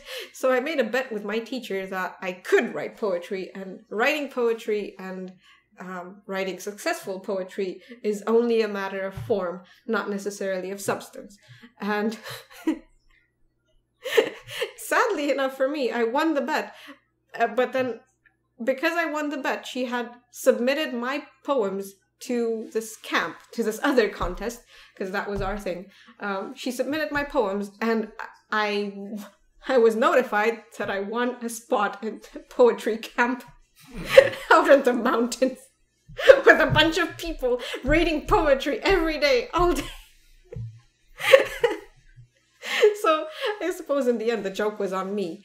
But it was still, I suppose it felt like even when I was frustrated about things, I was never hurt by it. Because I can't remember a single time when I was just devastated or I felt like withdrawing. The one time I did have my breakdown in high school is because I had gotten too well known and people were friendly towards me and they were saying hi, and some of them were just chasing me in the hallways and tried to hug me.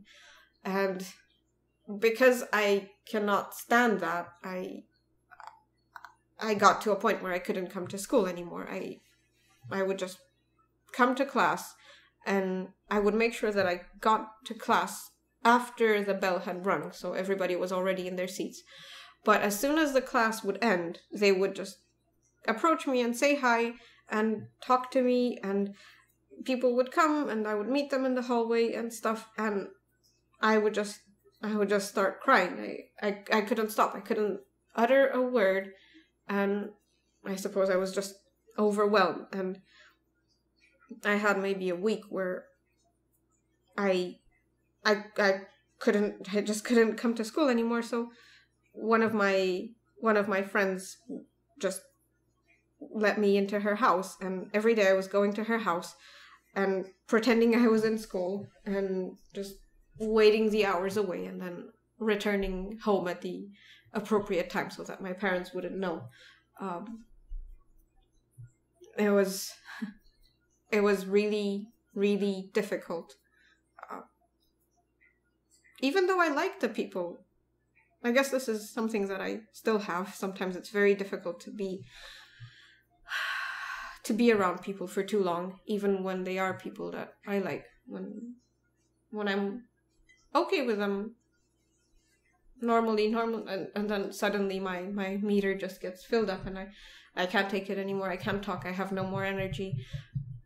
And if I push beyond that limit, I break down. I will get sad, I will get angry, I will get my thoughts will go completely weird. But other than that episode, I think the 4 years in high school were pretty good. I could learn. I read a lot. I just did a lot of things. I tried a lot of things. Met a lot of people. And I got interested in psychology. I suppose I got interested formally in psychology because I really liked observing people. I just like people watching. That's a fun thing for me to do. I'll I'll sit down somewhere at a street corner or even in a cafe or something, and I'll just watch people do things, and I'll look at how they walk, and I'll try to figure out what it means without talking to them. What's their story? What's on their mind? What does their expression mean? What is their body language? And because I was reading a lot, I discovered Carl Jung's books. Got very, very interested in psychology and the psychology of religion, and just, I don't know, more and more I was drawn to the study of people. So eventually, by the end of high school, I had to decide what to do. The main task was to get away from my parents. So I knew that I had to leave the city, and I knew that I had to get into a university tuition free, because my parents said they would not pay anything and any of my expenses. So I really had to strive to get top marks and get to a good university and get a dorm and everything like that. However, the psychology university that I got into, most of their teachers were still born and raised under communism. So what happened is their entire curriculum was very backwards, was very outdated, and very rigid. So we had to learn their manuals and their textbooks and stuff, but we had to learn them word for word. Basically, you were going there to the exam, and they were giving you a topic like perception, representation, and concepts. Talk about this. But you're not really talking about this. You're not really analyzing. It's not really anything connected to real life or to people or to cases or any usable knowledge. What you have to do is you have to write down exactly what it says in the textbook, and you have to say who said it and who they're quoting, and they're all like friends or acquaintances and whatever. So you just have to name drop and make sure that you're using their bad language. Their phrases are empty. Their phrases have a lot of words and very little meaning. So for a year, I was commuting back and forth to Bucharest to take classes with this university teacher who was just basically training me in how to talk like them. Training me in how to pretend to be one of them. And meanwhile, every time I went back home to my parents, after they learned what I wanted to do with the rest of my life, my mom was telling me that I'm never gonna make it. What is this? The humanities, studying the humanities, that's for people who are too dumb to do anything worthwhile, and I'm never gonna get in anyway, and I'm gonna be punching bus tickets for the rest of my life, and basically, I suppose the equivalent of you're gonna flip burgers for the rest of your life, you're not gonna make anything of yourself. Constantly doing that. To the point where I was studying pretty much all day, every day, and my hands were hurting from all the writing, and my head was hurting, and I was putting, I had these bandanas, and I was soaking them in cold water, and I was wrapping my head with them, and my arms with them, to just take the pain away so that I can keep on going so that I will manage to get away from my parents. And I did. I got away from that. I made it. I got in pretty much one of the top marks in that year. That was huge competition too. But I suppose the fear and the fact that I liked psychology really helped me. But what happened afterwards was, as soon as I left, and as soon as I settled into the dorm, I crashed. I had this huge burnout. And I only later found out that what I'd gone through was a burnout. Ironically, I found out when I was already volunteering at the mental hospital, and we were having this talk about high performance students and the effects of bad parenting on burnout. So basically, it was just a bunch of people who had gone through the same things that I had gone through. Their parents had treated them like racehorses and completely overlooked their children's feelings and stuff. And I was like, this is just like me. This is just like me. And one of the coordinators of this project I was doing at the time was a math teacher, and he knew my high school. And he knew my math teacher.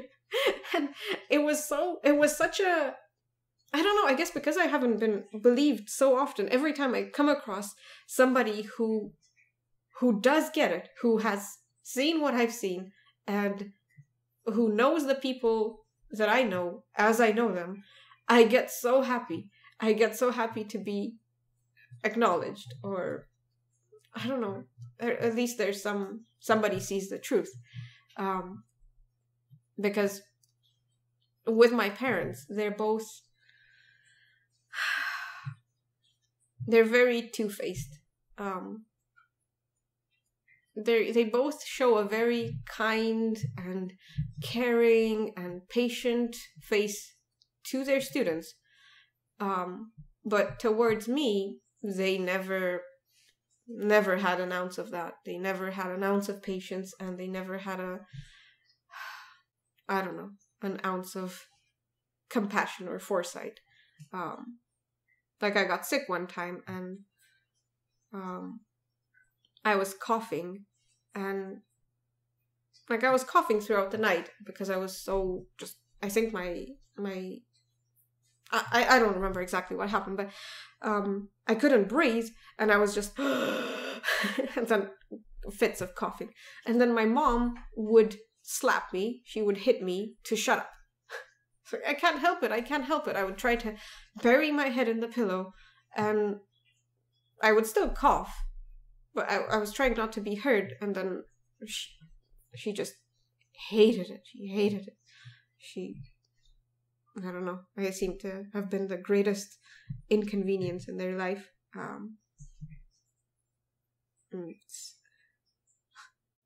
With my dad, he has more, I suppose fortunately for me, he has more trouble keeping it in and faking it. And some people have started to see through his exterior.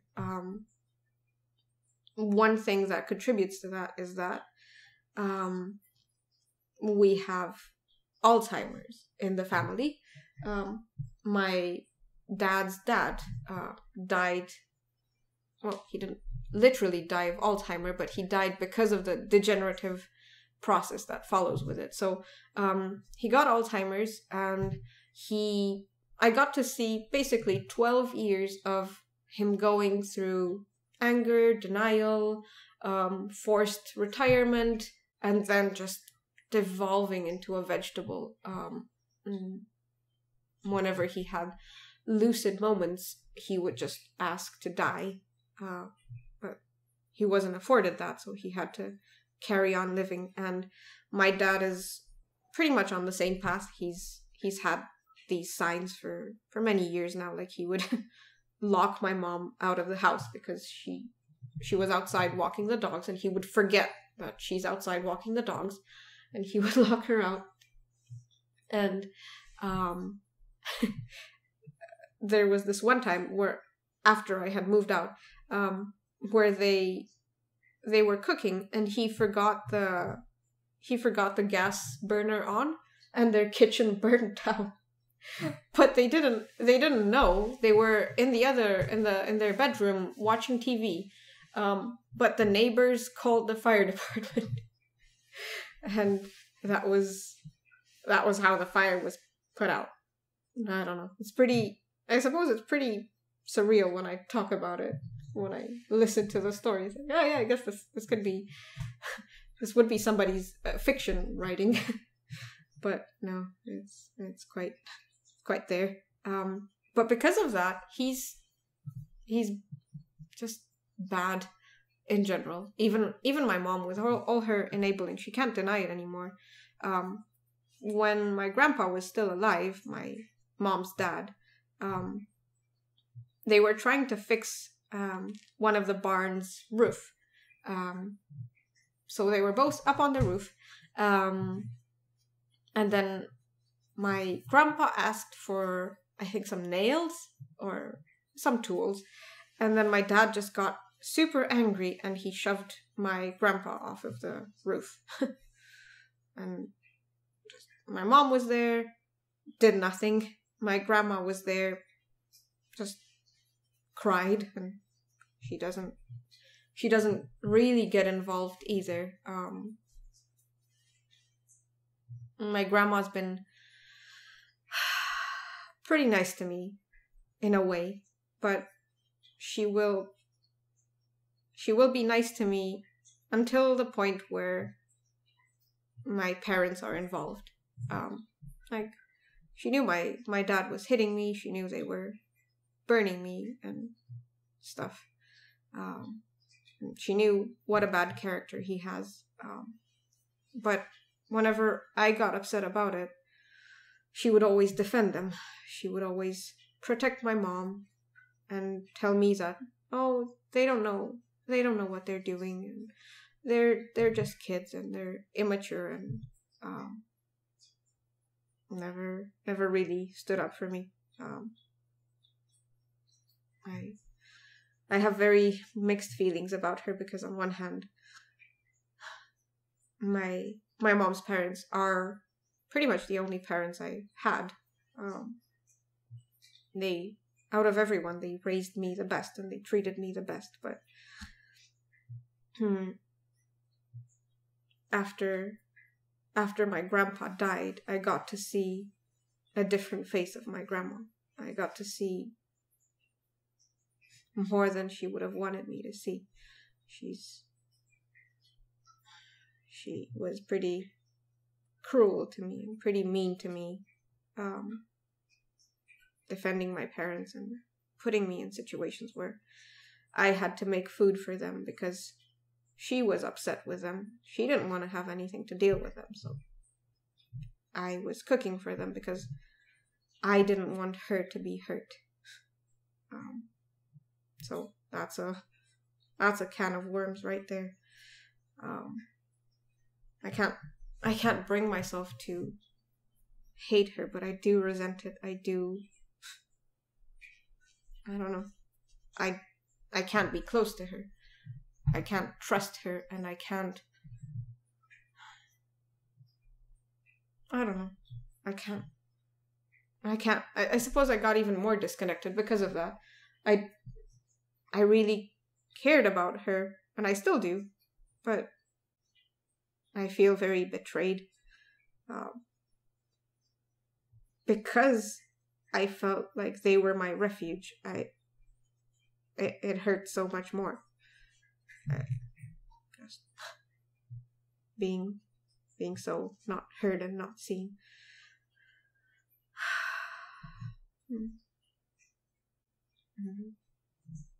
So,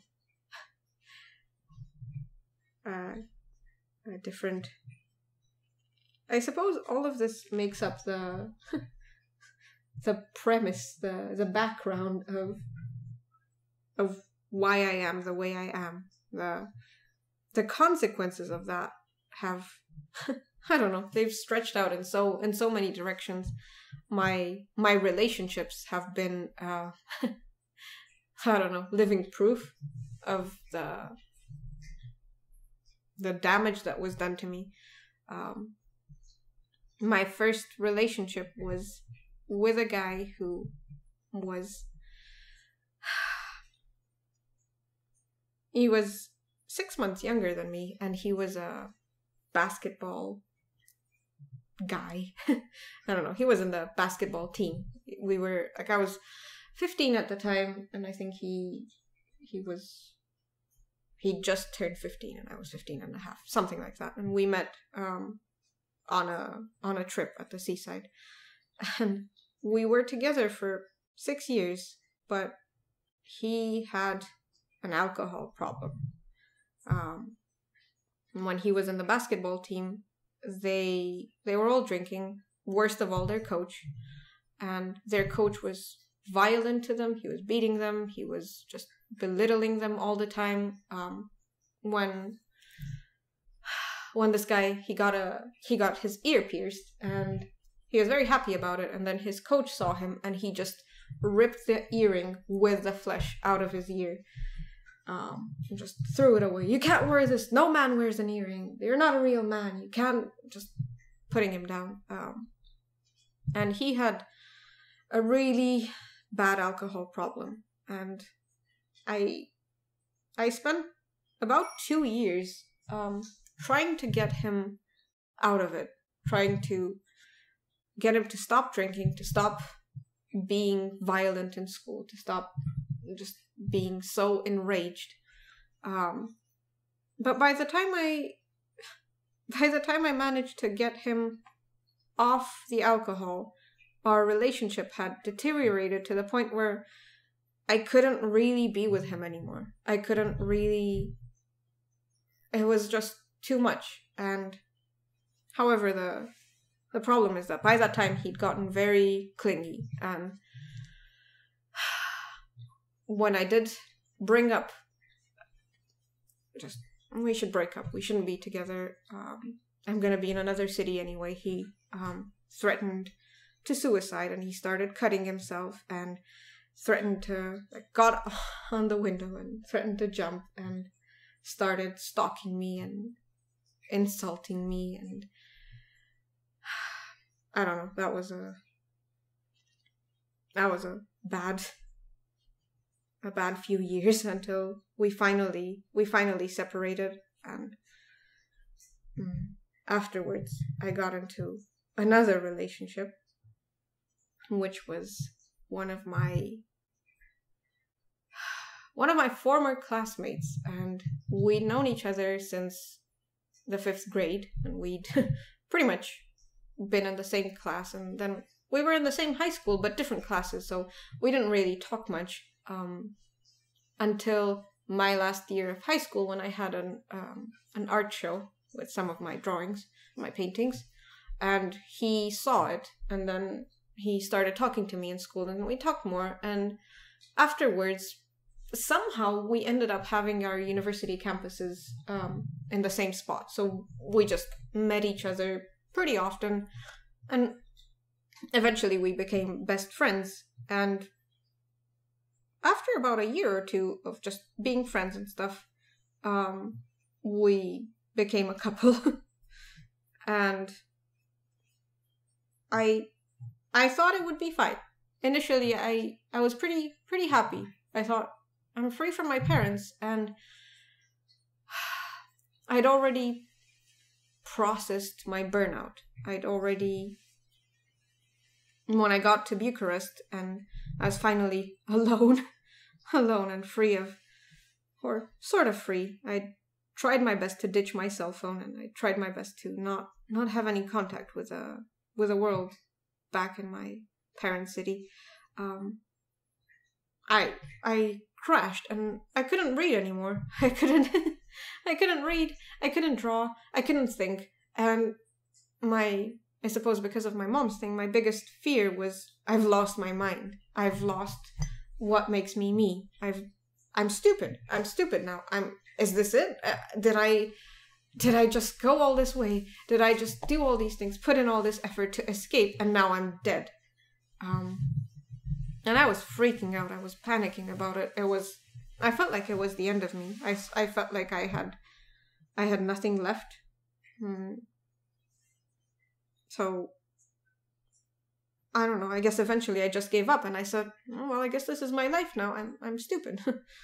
And I allowed myself to relax, and I guess I do nothing. I suppose I'm just too traumatized to really be alive. And I was spending all my time indoors reading what books I brought with me, and after a few months I discovered that I liked light.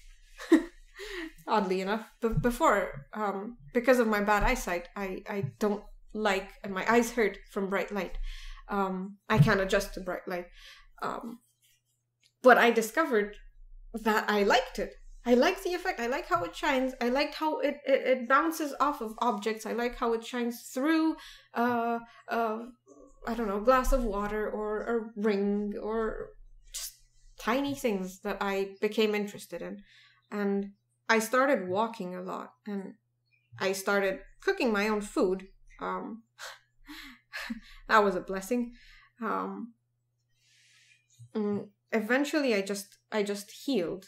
I guess both mentally and physically I healed, because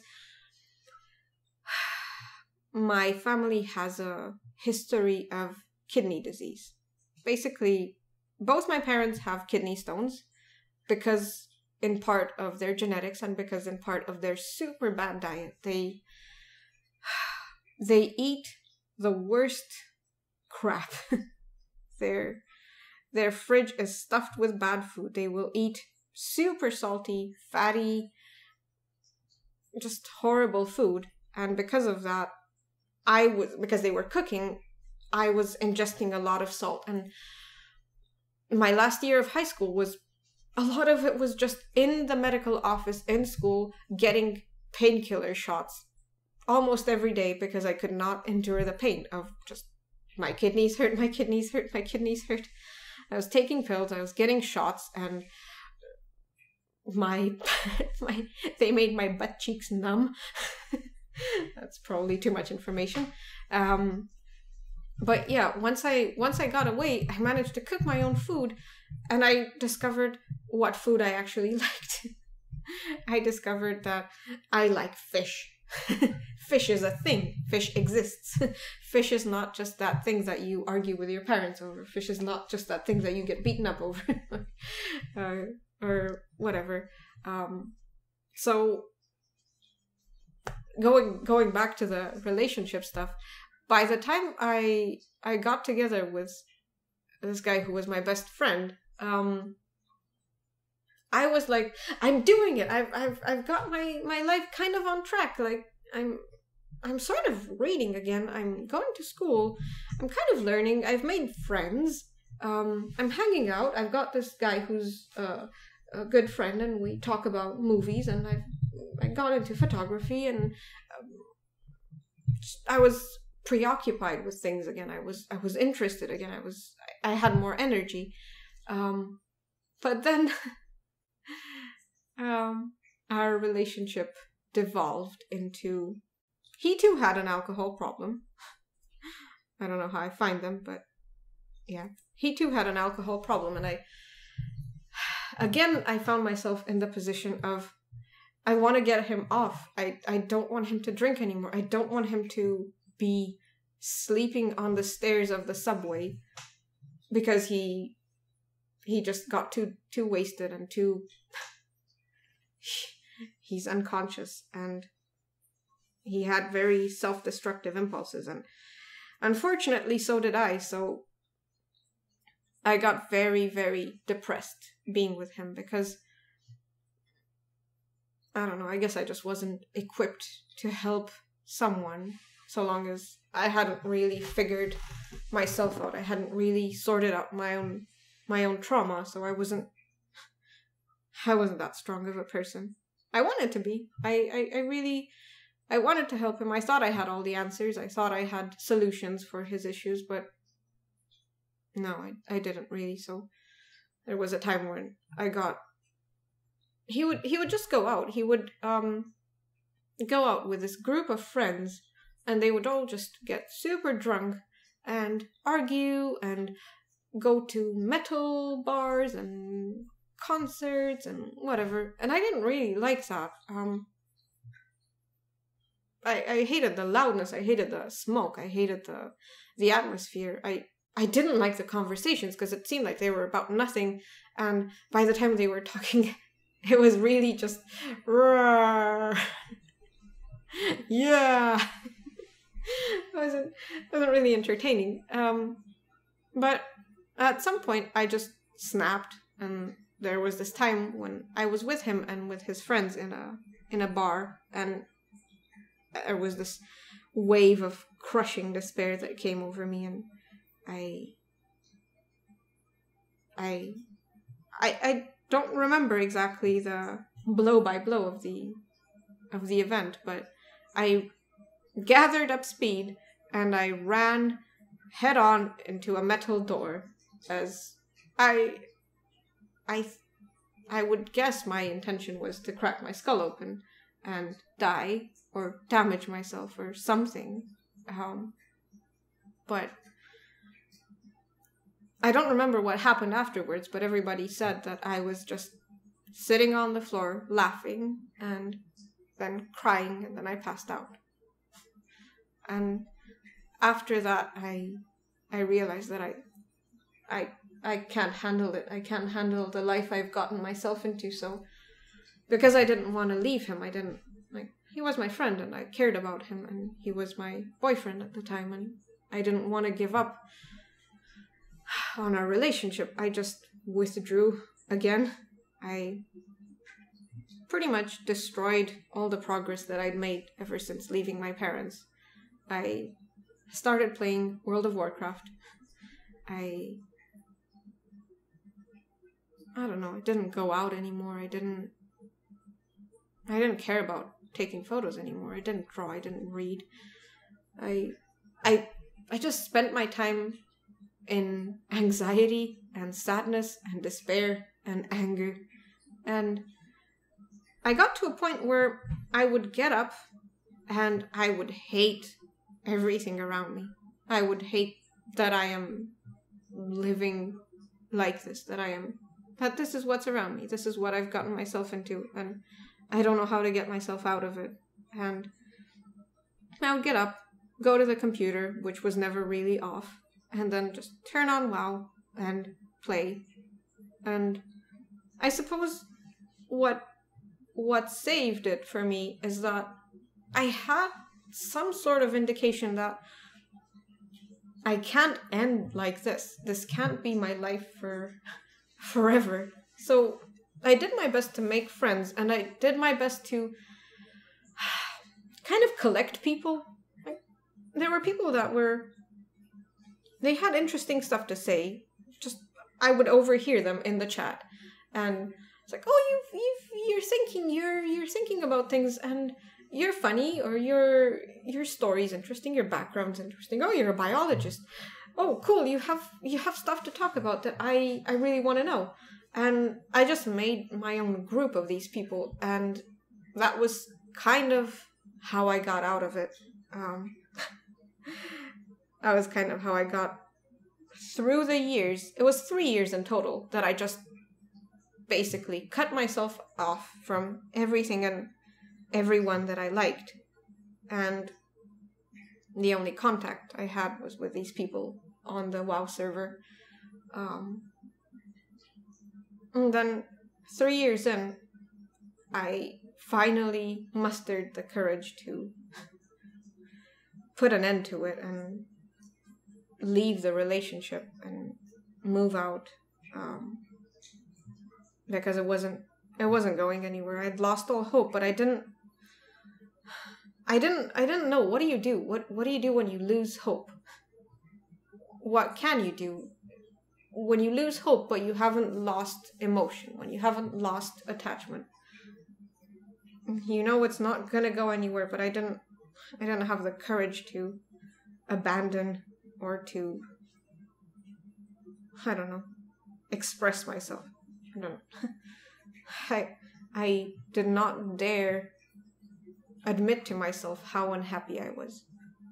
I knew I was sad and I knew I was angry, but that's about as far as I went. So eventually I left, I moved out, and I got into this other relationship with one of my friends from WoW. And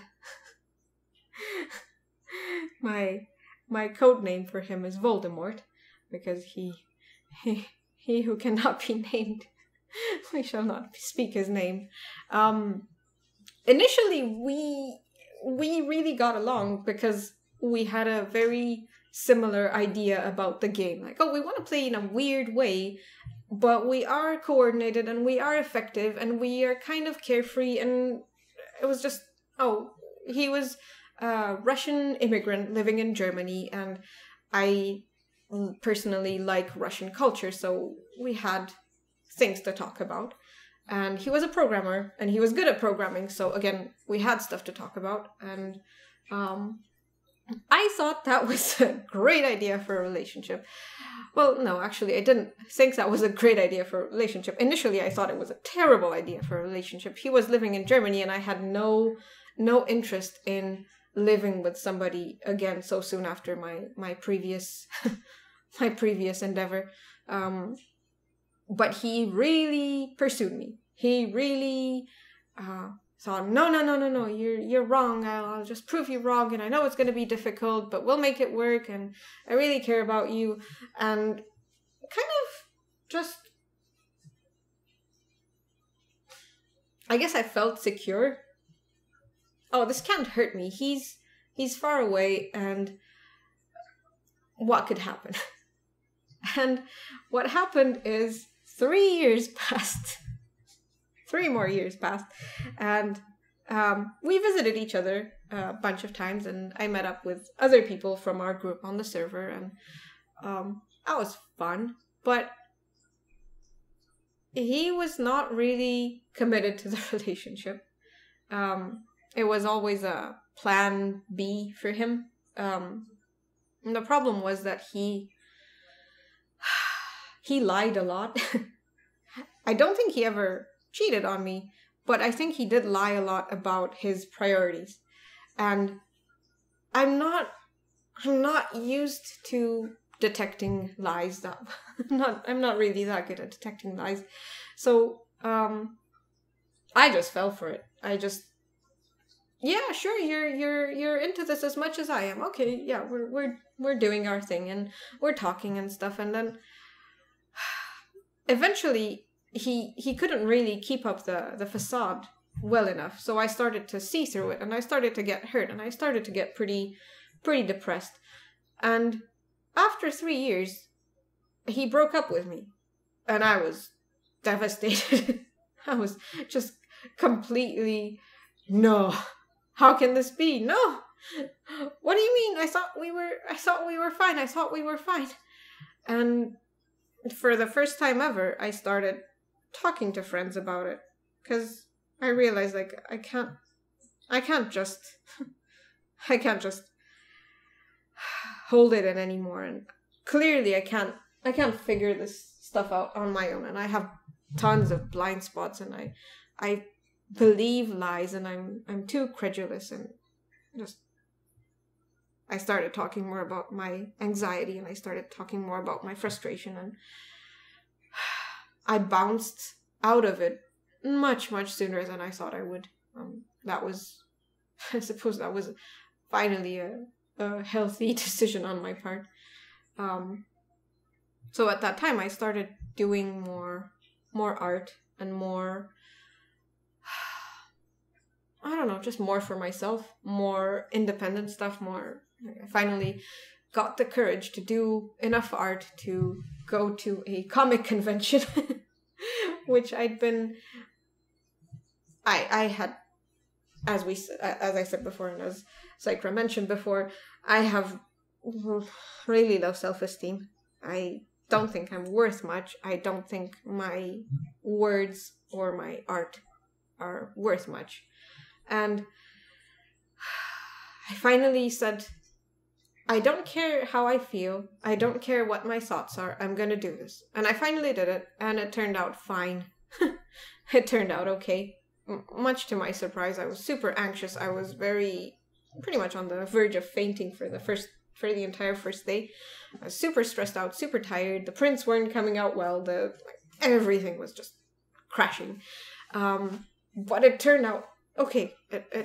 I survived. I made it. I did it. And that kind of gave me more of a boost. And at the time, I was watching a certain person's videos about art. I was watching, hey everyone, Sycra here. And here's this guy who is, his tutorials make sense. And they're not just a collection of how do you draw, I don't know, a character from a thing. This is actually useful. This is actually helpful. And I watched one, and I watched two, and I watched a bunch, and whatever. And eventually, he posted these videos about becoming an artist, where he was doing a retrospect of his old artwork and commenting on it. It's like, aha! Yes, this is what you're supposed to do. The art is not supposed to be separate from the artist. It's a language in which you speak, but you're the one speaking. And then I saw this other video where he was doing the accents, and I thought, oh, you're intelligent and you're super depressed. You must be like me. So I wrote him an email saying, wow, you're so cool. Are you left hemisphere or are you right hemisphere? And how do you deal with and he replied a completely unrelated reply. Went over his head. Didn't even read the email. I did read it. I read it. You did. I read all the emails. Yeah. So he replied. And I was like, oh, wow, he replied.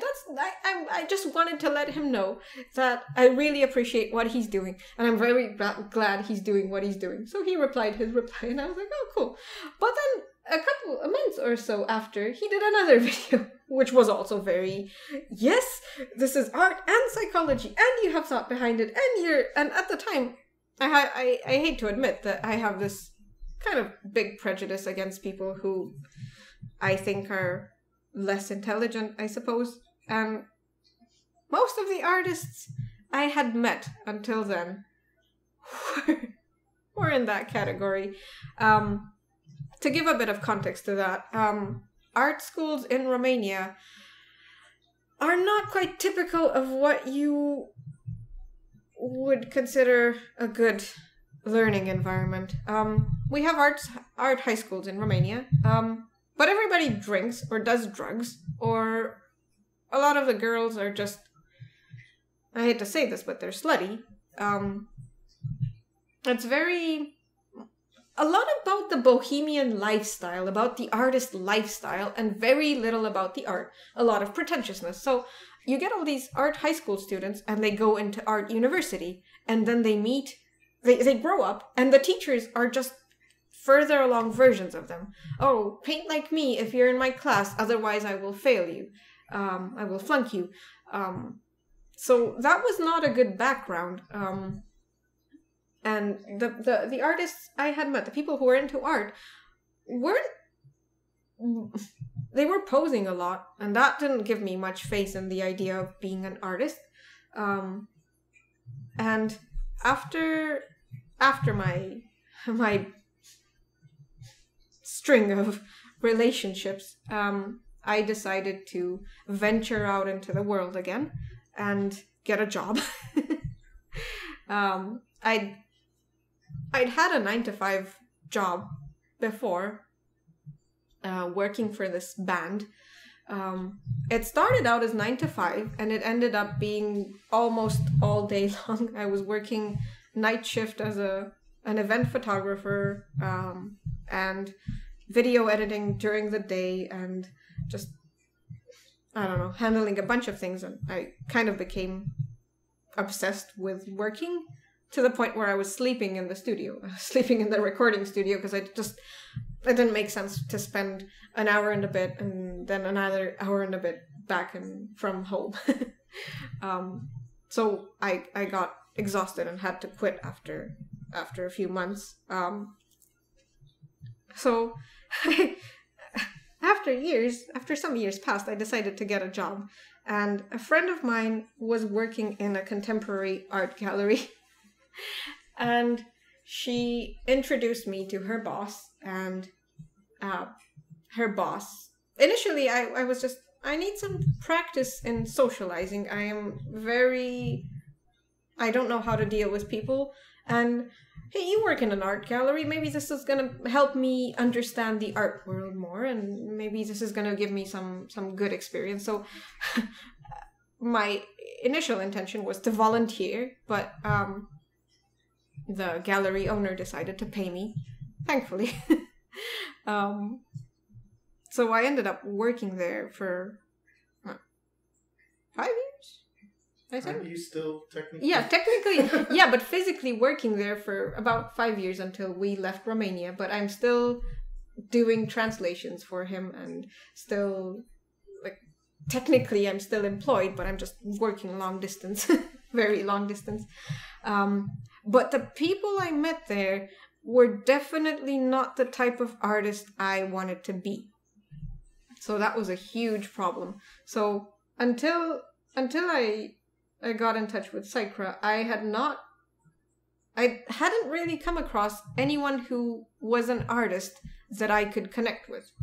When I started talking to him, we emailed back and forth, just walls and walls of text, and then we ended up talking on Skype, and we spent an hour talking on Skype, and then 2 hours talking on Skype, and I think our longest talk was 9 hours. And we didn't really get bored of at least I didn't get bored. I don't know about you, if you got bored of talking to me. But clearly it worked out. So I met him, and I was coming at it from such a prejudiced standpoint, from such a... I know I like art, but I don't know what I can do with it. I didn't have much faith in potential with art. I tried to...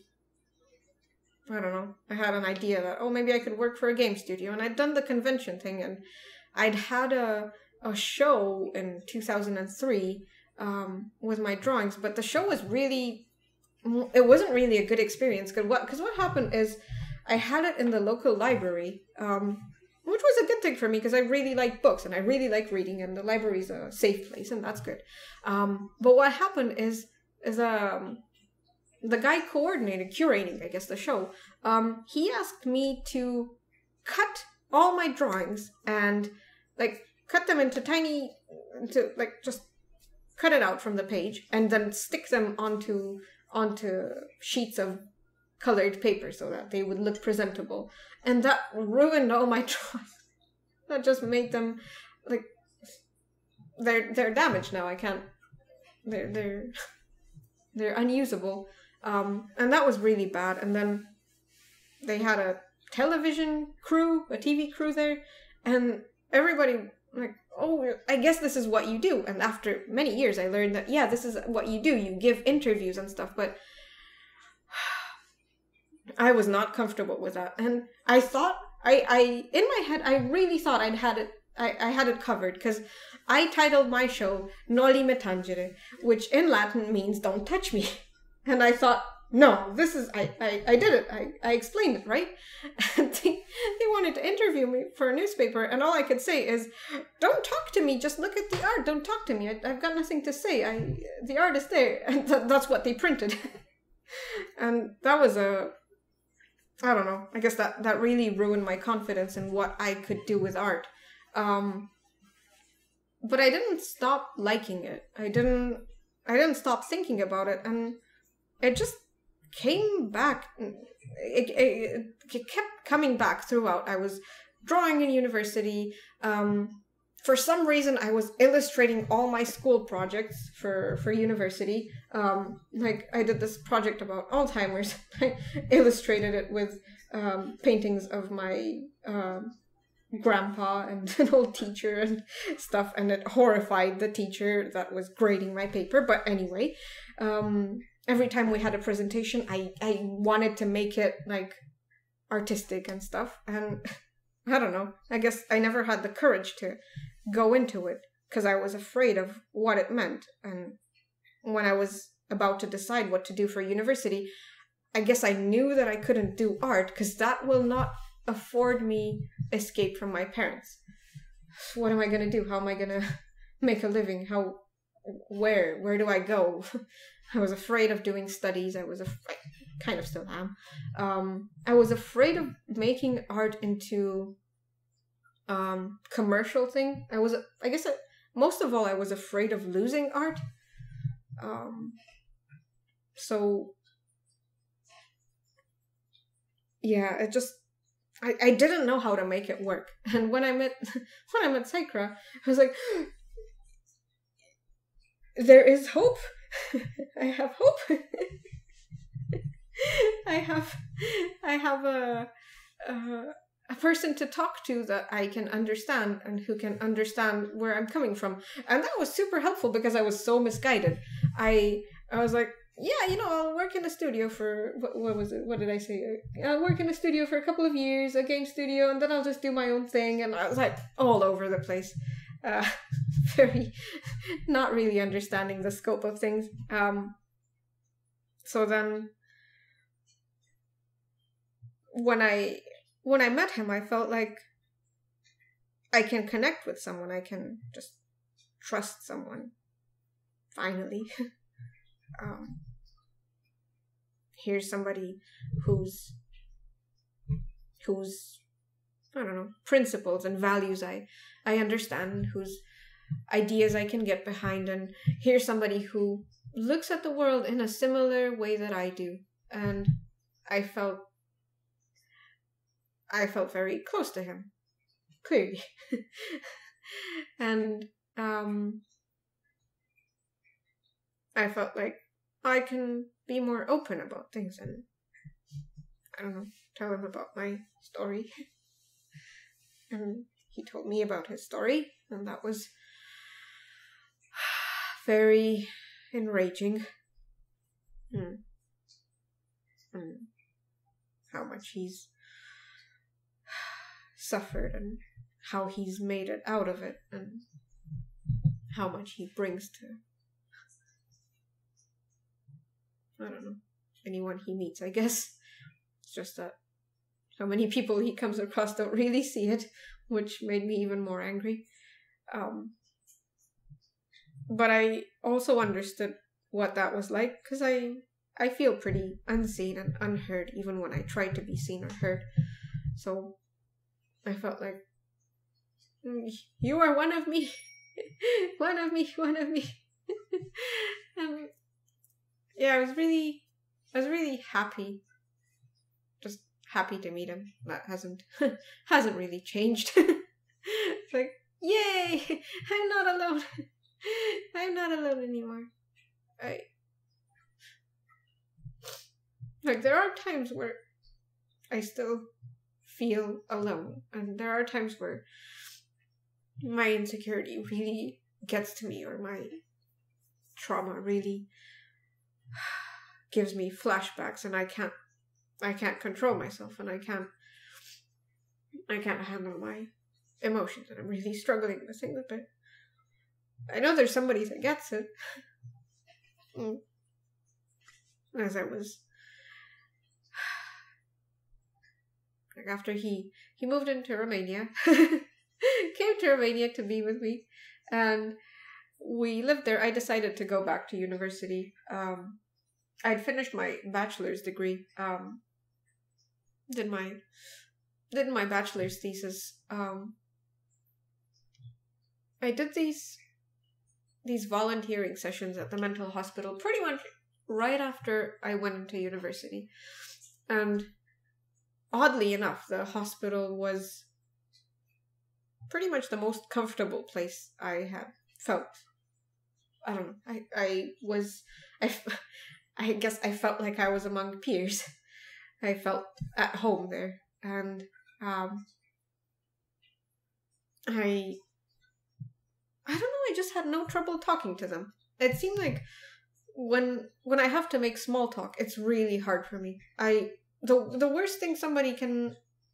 The most puzzling question for me when I just meet someone is, how are you? That's such a huge thing for me. Like, how are you? What do you mean? First of all, do you want to know how I am? Or is this a formula? Later on, I managed to process that this is a formula and you're supposed to say, oh, I'm fine, thank you, how about you? And this is a politeness thing. But because I take things very, very literally, I thought, people ask you about how you are, but that's, I'm sad. I'm sad, or I'm angry, or I don't want to talk right now, or I'm thinking about this thing. And it always turned into this huge conversation that people weren't really expecting or ready for or desiring. So with a mental hospital, I would talk to patients, and when I asked them how they were, they knew what I wanted to know. Like, oh, how are you feeling? How are you feeling today? What are you thinking about? And I genuinely wanted to know. And it's kind of the same way how they were asking me stuff, and I got it. I suppose because what comes with so many mental illnesses is a lack of inhibition and a lack of social norm, a lack of social perception, I suppose, because you're so isolated there.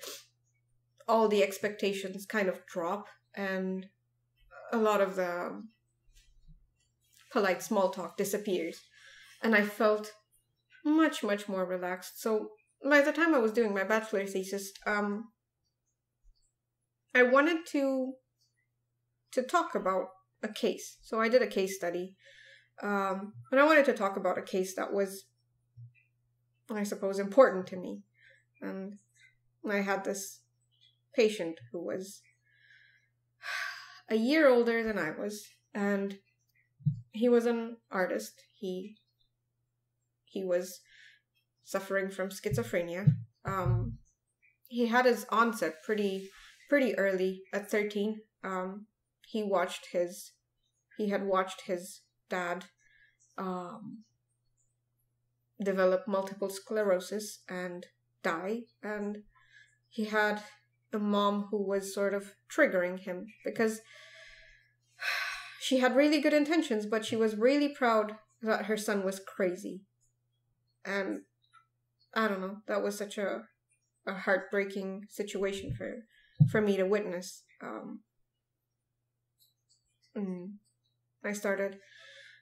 I talked to him a couple of times, and then I wanted him to show me his artwork so I could take photos and show it in my paper.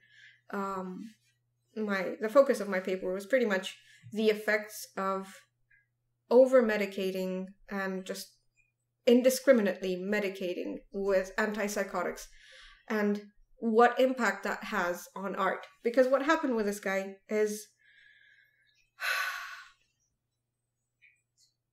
he was drawing, and he was drawing a lot of his visions. Basically, he would have hallucinations, and he would chessboard, and he was there was a black hole in the sky, and just all of these things, which were a very direct translation, much more than he could accomplish with words, of how he was feeling, of what was troubling him. And none of them were senseless. None of them were pointless. None of them were,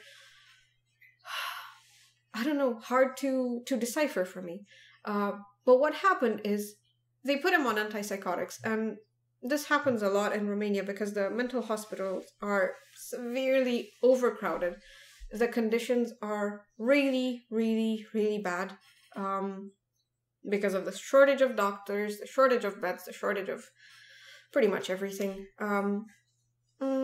Sadly, a lot of psychiatrists tend to dismiss their patients, and I really hated that.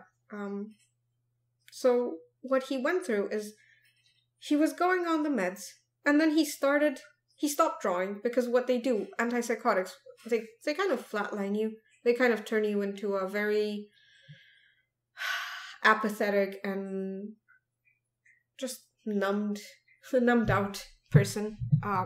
He started being scared of his drawings. Like, he was doing anatomy studies, and he was drawing skulls, and he was just drawing bones and stuff. And then as he was going through his super big pile of drawings and showing me, he started getting triggered by them and getting scared of them. And he said, oh, he can't talk about it anymore. And I don't know, I just felt so sad, because what they took from him was his best means of expressing himself, was his best hope of being functional, and he was not to be discarded. You don't just throw away a person like that. You don't just turn them into a vegetable just because that means they're more manageable. So I really wanted to discuss a case like that, and for my presentation, because we had to present the paper in front of a committee of judges. What I did is I had the slideshow, and oddly enough, a bunch of his drawings were similar to mine. They had pretty similar themes and pretty similar, I don't know, ways of approaching it. And I just mixed my drawings in with his, and I asked the judges to tell them apart, to, like, okay, some of these drawings are made by me, and some of these drawings are made by the patient. What can you gather from it? Can you decide which is which? Can you decide which is the sane one, or supposedly sane one, because I've not been diagnosed with anything or committed or anything of the sort. And which one deserves to be medicated, and which one deserves to be holding this presentation in front of you, and which one will you take seriously, and which one will you dismiss. And the reality is they were not able to tell them apart, and they were not able to, like, what if this was verbal? They would consider him normal. If he was talking as I was talking, they would think he's okay. And my experience with him was fine. He had a psychotic episode before I could get a chance to look at his drawings, and he ran away from the hospital. So I did something that wasn't really orthodox, is I got in touch with his mom, and I went to his house and talked to him there, and that was kind of frowned upon. They must have thought I was crazy, and they probably are right. But my entire experience with him was, he was civil, he was courteous, he was intelligent, and he was trying. He was really, I don't know. He's not a vegetable. He's not a lost cause. Over the years, I've seen people who get dismissed for nothing. And I've seen therapists. I've met therapists who don't understand artists, and who don't understand art, and who don't see how big of a resource that is. Who don't, like, oh, they would talk to somebody, and their client will say, I draw, and, you know, I suppose a good example for this is Bob Meatbag. I do hope he won't object too much to my talking about it, but since we did talk about it on a stream, I suppose it's okay. He draws screaming faces. He was drawing screaming faces pretty much his entire life, but throughout his development, everyone who saw his drawings didn't think twice about it, didn't think they meant anything until he met Sycra. So, they mean something. Do you think they could be related to your trauma? Nah. He himself had started to discredit his own drawings because everybody around him had looked down on them and classified him as nothing and classified his art as nothing and not to be taken seriously. And over time, once Bob Meatbag decided to draw more screaming faces and give in to his demons, they started developing. And for him, it's a pretty explicit language. It's a pretty, I don't know, one for one, how he's feeling translates into his art. It's a metaphor, but what's wrong with that? I don't know. I get very angry with psychology students and therapists who refuse to go beyond just the surface. Like, if not you, who else?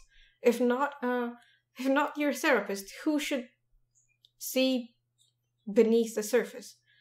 And I decided to, I don't know, I guess bring the two sides together and talk about artists and their psychology and their story in relation to their art and how the two connect and how sometimes you can be too scared or too traumatized or too much in denial to talk about what's happened to you, but it will show up on the page. It will show up on the canvas. You can't help but broadcast it. And I've talked to quite a handful of people about it. When I met Sycra, I thought he was like, you're the best case study for this. You're like, it's all there. There's so much beneath the surface. There's so much that people aren't acknowledging. And when you did your story and you did your black sketchbook thing, I thought this is just a handbook, a manual for how to see an artist, how to look at your client as a human instead of, I suppose the trend nowadays is to dehumanize your client and your patient, to think of them as a problem to be solved or, I don't know, an issue to be managed and to be kept behaving properly. And no, don't be too extreme and don't get too involved, because you're told this as a therapist, and beware of counter-transfer and beware of transfer, and don't get too attached to your patients, and don't get too involved in your case, because then you'll be held liable. And I don't know, it just becomes this. Why? What's the point then? If not empathy, why are you doing this in the first place? Is it just a job?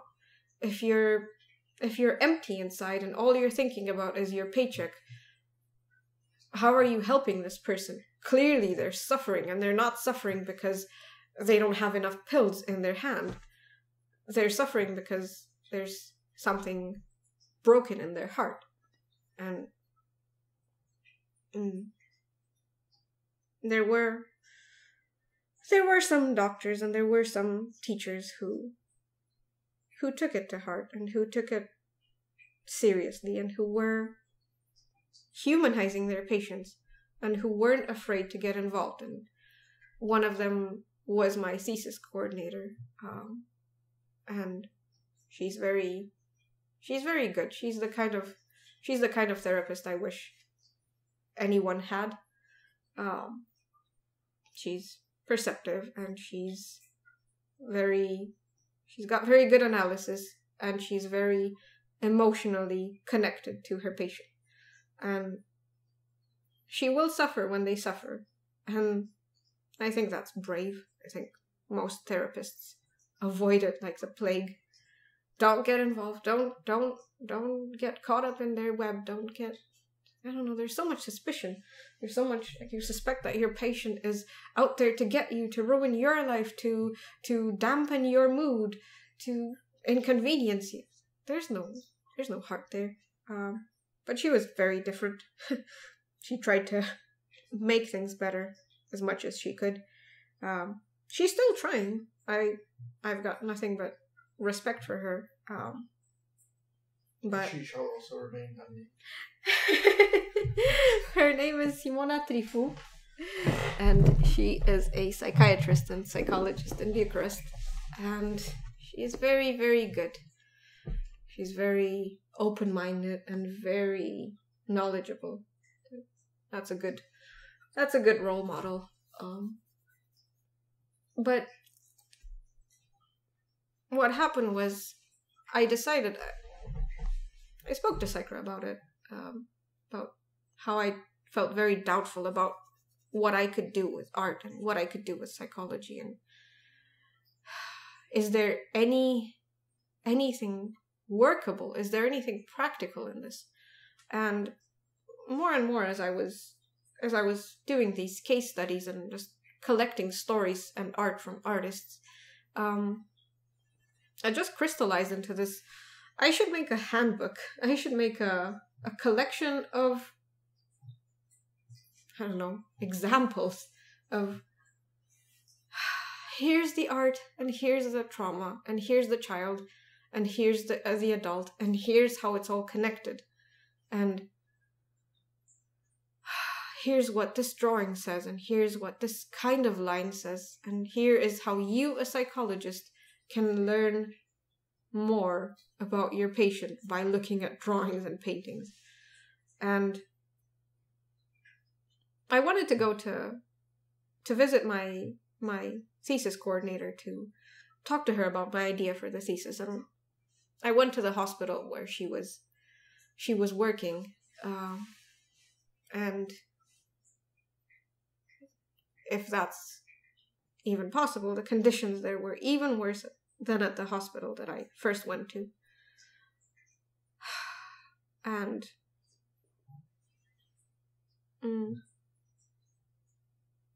there was a patient there, a bit older than me.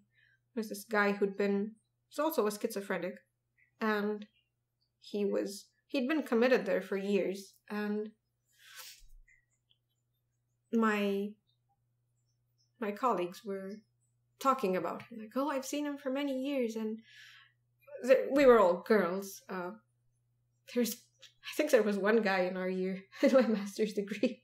The rest were all girls. So we were talking, and then they were telling me about his history. Like, oh, you should have seen him 5 years ago. He was he's so charming, and he's so attractive, and wow, he's great and stuff. And the guy had peed himself. He'd soiled himself, and he was still charismatic, but you could see the light going out in his eyes, just flickering. Sometimes he was on, and sometimes he wasn't.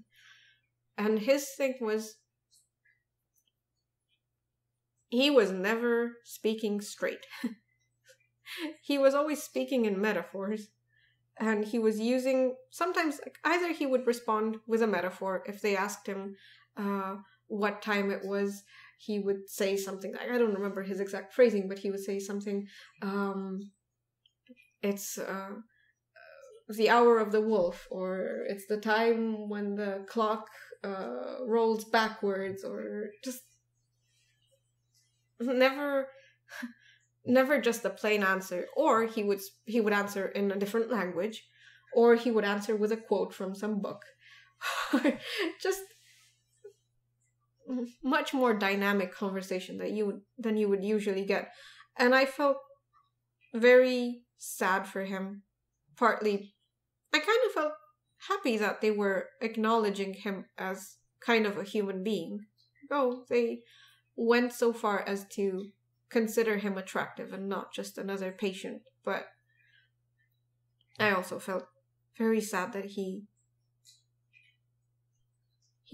wasn't that life. He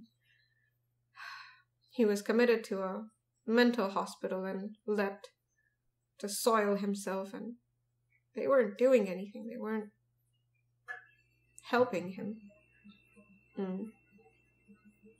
Sometimes people have the best intentions, but no initiative, not even to go out and talk about it, not even to, I don't know, they'll just assume they can't do anything about it. And I've fallen into that category plenty of times myself, so I should know what I'm talking about. But I feel like you can help. You can at least respect him. You can respect what he is, or what he was, or what you saw, and not just treat your patients as trivia. Because I'm sure this happens in a lot of other fields of work, where doctors will talk about, I don't know, some stomach ulcer. Not a person who came in and they were suffering from stomach ulcer, because that's too much. But it just becomes a, I don't know, assembly line kind of thing. It's just industrialized. Your pill dispenser, the patient is a story dispenser, and there's no connection anymore. I feel like that's wrong. It's wrong to let that just be snuffed out. I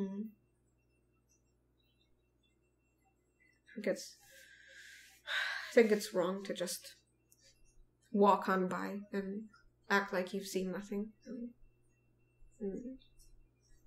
In Romania, we had another encounter with that. I don't know. Is it appropriate to talk about it? I think we've already mentioned it. Have we? Yeah. Oh, okay. Yeah, we saw what was basically child prostitution, or what we suspect was child prostitution, but pretty much the evidence was all there, and we tried to do something about it. And then we tried to alert an NGO who promised to let us remain anonymous, but they sent our contacts to the police, and then the police started harassing me, and I managed to get out of it with the help of a lawyer eventually, but it was very traumatic. Just banging on the door and calls and threats and just, yeah. But I don't regret it. I just regret that nothing comes out of it. But I really do feel like with this whole, the artist behind the art, it can really help. I feel like it can help. Ultimately, it can help artists if therapists understand more about how to treat an artist and what they can work with. And I feel like it can help artists if they just understand themselves. If they're too afraid, or I don't know. I've talked to some people, quite a few people, who dismiss their art as meaningful. Oh, you'll have a theme that keeps showing up in your work over and over and over again, but you won't pay it much mind. You'll just think it's a throwaway. But usually what happens is that those things are the clues to what's most important to you, to what you really want to do, to what just, the doodles on the side of the page tell more of a story than the text on it. For myself, my art is pretty messed up, I suppose. I don't know. I draw these characters. I call them cauliflowers because they have big hair-like things on their heads. And I've been drawing variations of them since I started drawing, I suppose, in high school. Just these desiccated figures with pretty strong thighs and pretty strong hands and arms and quite, what did you call them, predatory? Yeah. And they're kind of aggressive, and they're kind of, I suppose, they're more tormented than anything else.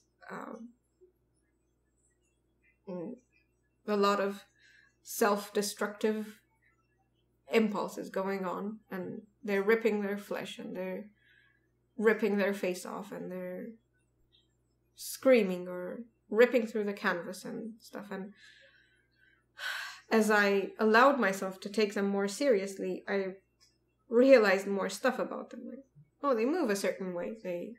They have no feet, for one thing. That was a discovery. Because I was drawing them and I didn't quite get them. I didn't quite like, oh, something's off about them. How would they walk? Because in my head I see them, and some of them are big, and some of them are like as big as a horse, and some of them are tiny. But they move in a certain way. They move kind of like a animal would, and their spines are pretty deformed, and pretty much everything about it means something. Like if I was to just put a few drawings of mine and analyze them as I would other people's drawings, I would say that, well, the head is so... The ratio, the proportions I prefer are very specific, and they put weight on the head, because my cauliflowers don't really, some of them I suppose have hair, but the hair is on top of kind of like a tumor-like growth from the head. That corresponds with my exacerbated, I don't know, desire for learning and for intellectual stuff, and suppose reading, and it connects to all of that, and thinking, my love for thinking. And they have no feet, and the way they move is they stab the earth, and that's very indicative of my, I suppose, not so latent aggression, my repressed aggression. My connection to the world is one of very, very limited, very small. My contact surface is very small, and it's never pleasant. They're not just flying above the world or lightly caressing the earth with their feet or whatever. It's like, no, they're stabbing it, and there's no love there. Their thighs and their legs are pretty strong, because I've learned how to stand up, I guess, how to move, how to live, how to sustain myself emotionally, and how to fight the world. Their hands are pretty defined. Their arms are pretty tendinous, and what's desiccated is the torso, is what would normally correspond to the emotional part, is the, I suppose, if you have a torso of Venus, you don't need to see her limbs so much to know that she's a female. You just see her torso, and that's where you get the grace and the femininity and the everything. But for mine, they're tortured, they're deformed, they're aged, they're just, I guess, hurt. A lot of them just have their guts pouring out and stuff, and eventually I really like painting. I think painting is my favorite thing in terms of activity and art, but how I envision them in the long run is more of an installation, I suppose, where you would have the entire scene of it, because in my head I have the entire scene. Like, oh, the temperature is this cold, and the level of humidity is this much, and it's half submerged, and the light's like this, and like you need the entire story. And I'm really curious about people's reactions to this, because I feel like, because I've lost so much in terms of how I can express myself, I still have this. That's as much as I can, I don't know, spread my wings. I can't talk properly and convey emotion properly, but I can sort of draw it. I can sort of put it in a line, and value and a shape. Really, really wondering. It's like, oh, you'll get an audience, and I would like to be a fly on the wall and to just see people's reactions. Oh, this is wet. This is cold. This is uncomfortable. But this is kind of warm. But this is kind of pleasant. But this shape is pretty. The emotions are conflicted. And I'm curious about how people would respond to that. Yeah. That's it? I don't know. All right. Well. I don't know. Good job. I don't know if I've covered everything or not. Or not everything, of course, but what did I miss? Did I miss anything important? Because I'm pretty overwhelmed. Tons, but what did I miss? Your parents' house, the apartment, the animals. Yeah. Tires on the bed. The current state of that's the current state of events. So I don't know. I'm angry about it and I'm sad about it.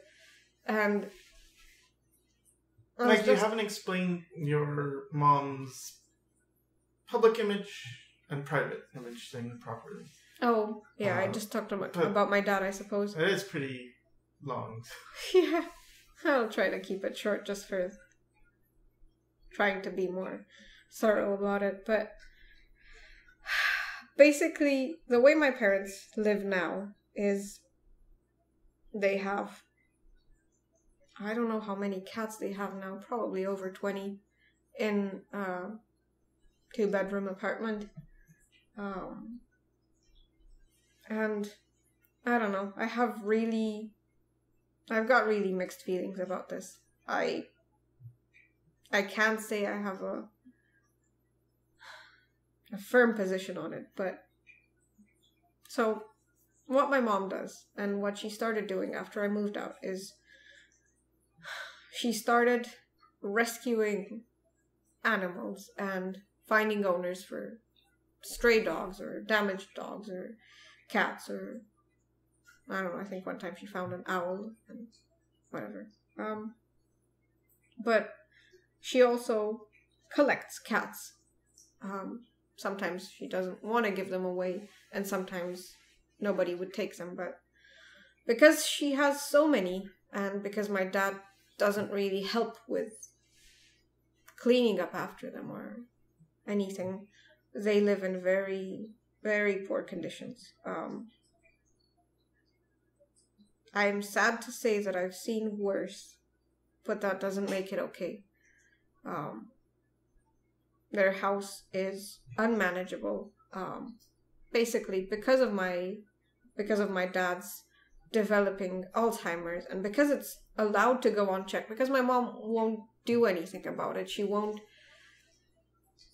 get him committed. She won't get him checked out. And what happens with Alzheimer's, the first stage is usually anger and denial. And that's what happened with my grandfather too, my dad's dad. And we had to have an entire family intervention to basically force him to retire because he was becoming irresponsible and he was damaging and he was just losing money and throwing things away and just completely erratic. However, my mom would not do that for my dad. She doesn't have him retire. She just pretends everything's fine and I don't know, keep calm and get more dogs. She will try to take care of the animals, I suppose. And outwardly, she is seen as kind of what people refer to her as an angel. And they speak very highly of her. And as I said, I have very mixed feelings about it because a lot of dogs have gotten off the streets and found good owners through her. So, I don't know. I feel very guilty about talking about it like this. It's not as clear-cut as I would want it to be. I suppose because of my own soft spot for animals. I forgive too much because of it. I can't. It hurts a part of me to throw it all in the trash, but the cats she keeps in the house are suffering, and she cleans, but she cleans with chlorine, and that makes them poo blood. I let her know about it, and she said, yeah, that's what they're always like, and that's just what they do. And every animal she rescues to send to a new owner has to get vaccinated and just properly medicated and disinfested. But none of the cats in the house are vaccinated. They're not properly taken care of, and they're loving, and they have a cat society. With so many cats, they have their groups and they have their preferences, and the few times I have visited in the past years, it's always, I get happy and I get sad at the same time, because the cats are so nice and they're so loving, and they will come and they will hug you, but some of them are so underfed and stressed because they're crowded. And one of the cats I rescued, the one in the dumpster, she is maybe a bit over 1 kilo in weight, which is super emaciated. She's stressed out all the time. She's very neurotic, and I don't know, I feel guilty because I can't take them away and just not, I don't know how to help them. I wish I could.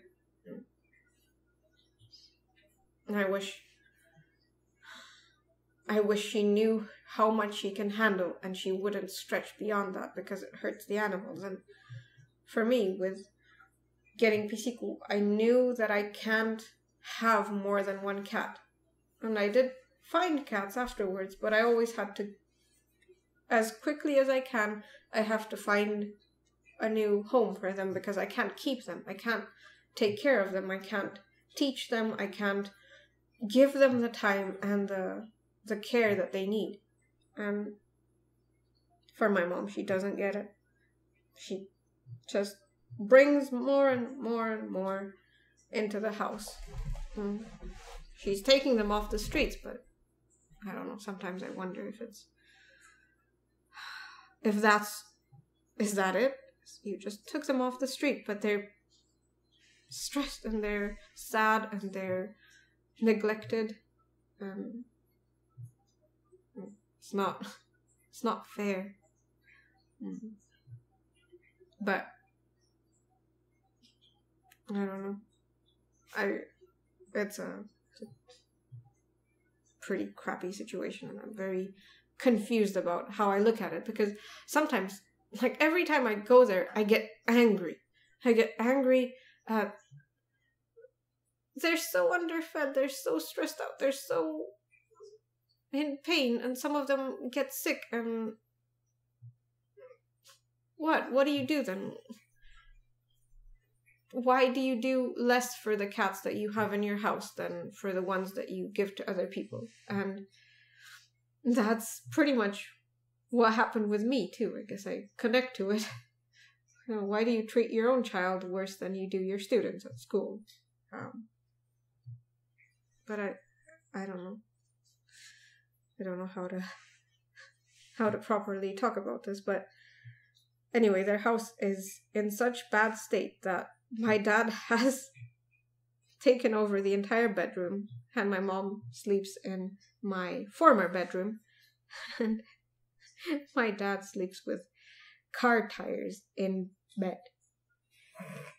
He has winter tires on his bed, and there is barely room enough to walk from the door to the part of the bed that's still unoccupied by car tires. And I think he has a fender too. I think he's got like 2 or 3 chainsaws that aren't working anymore.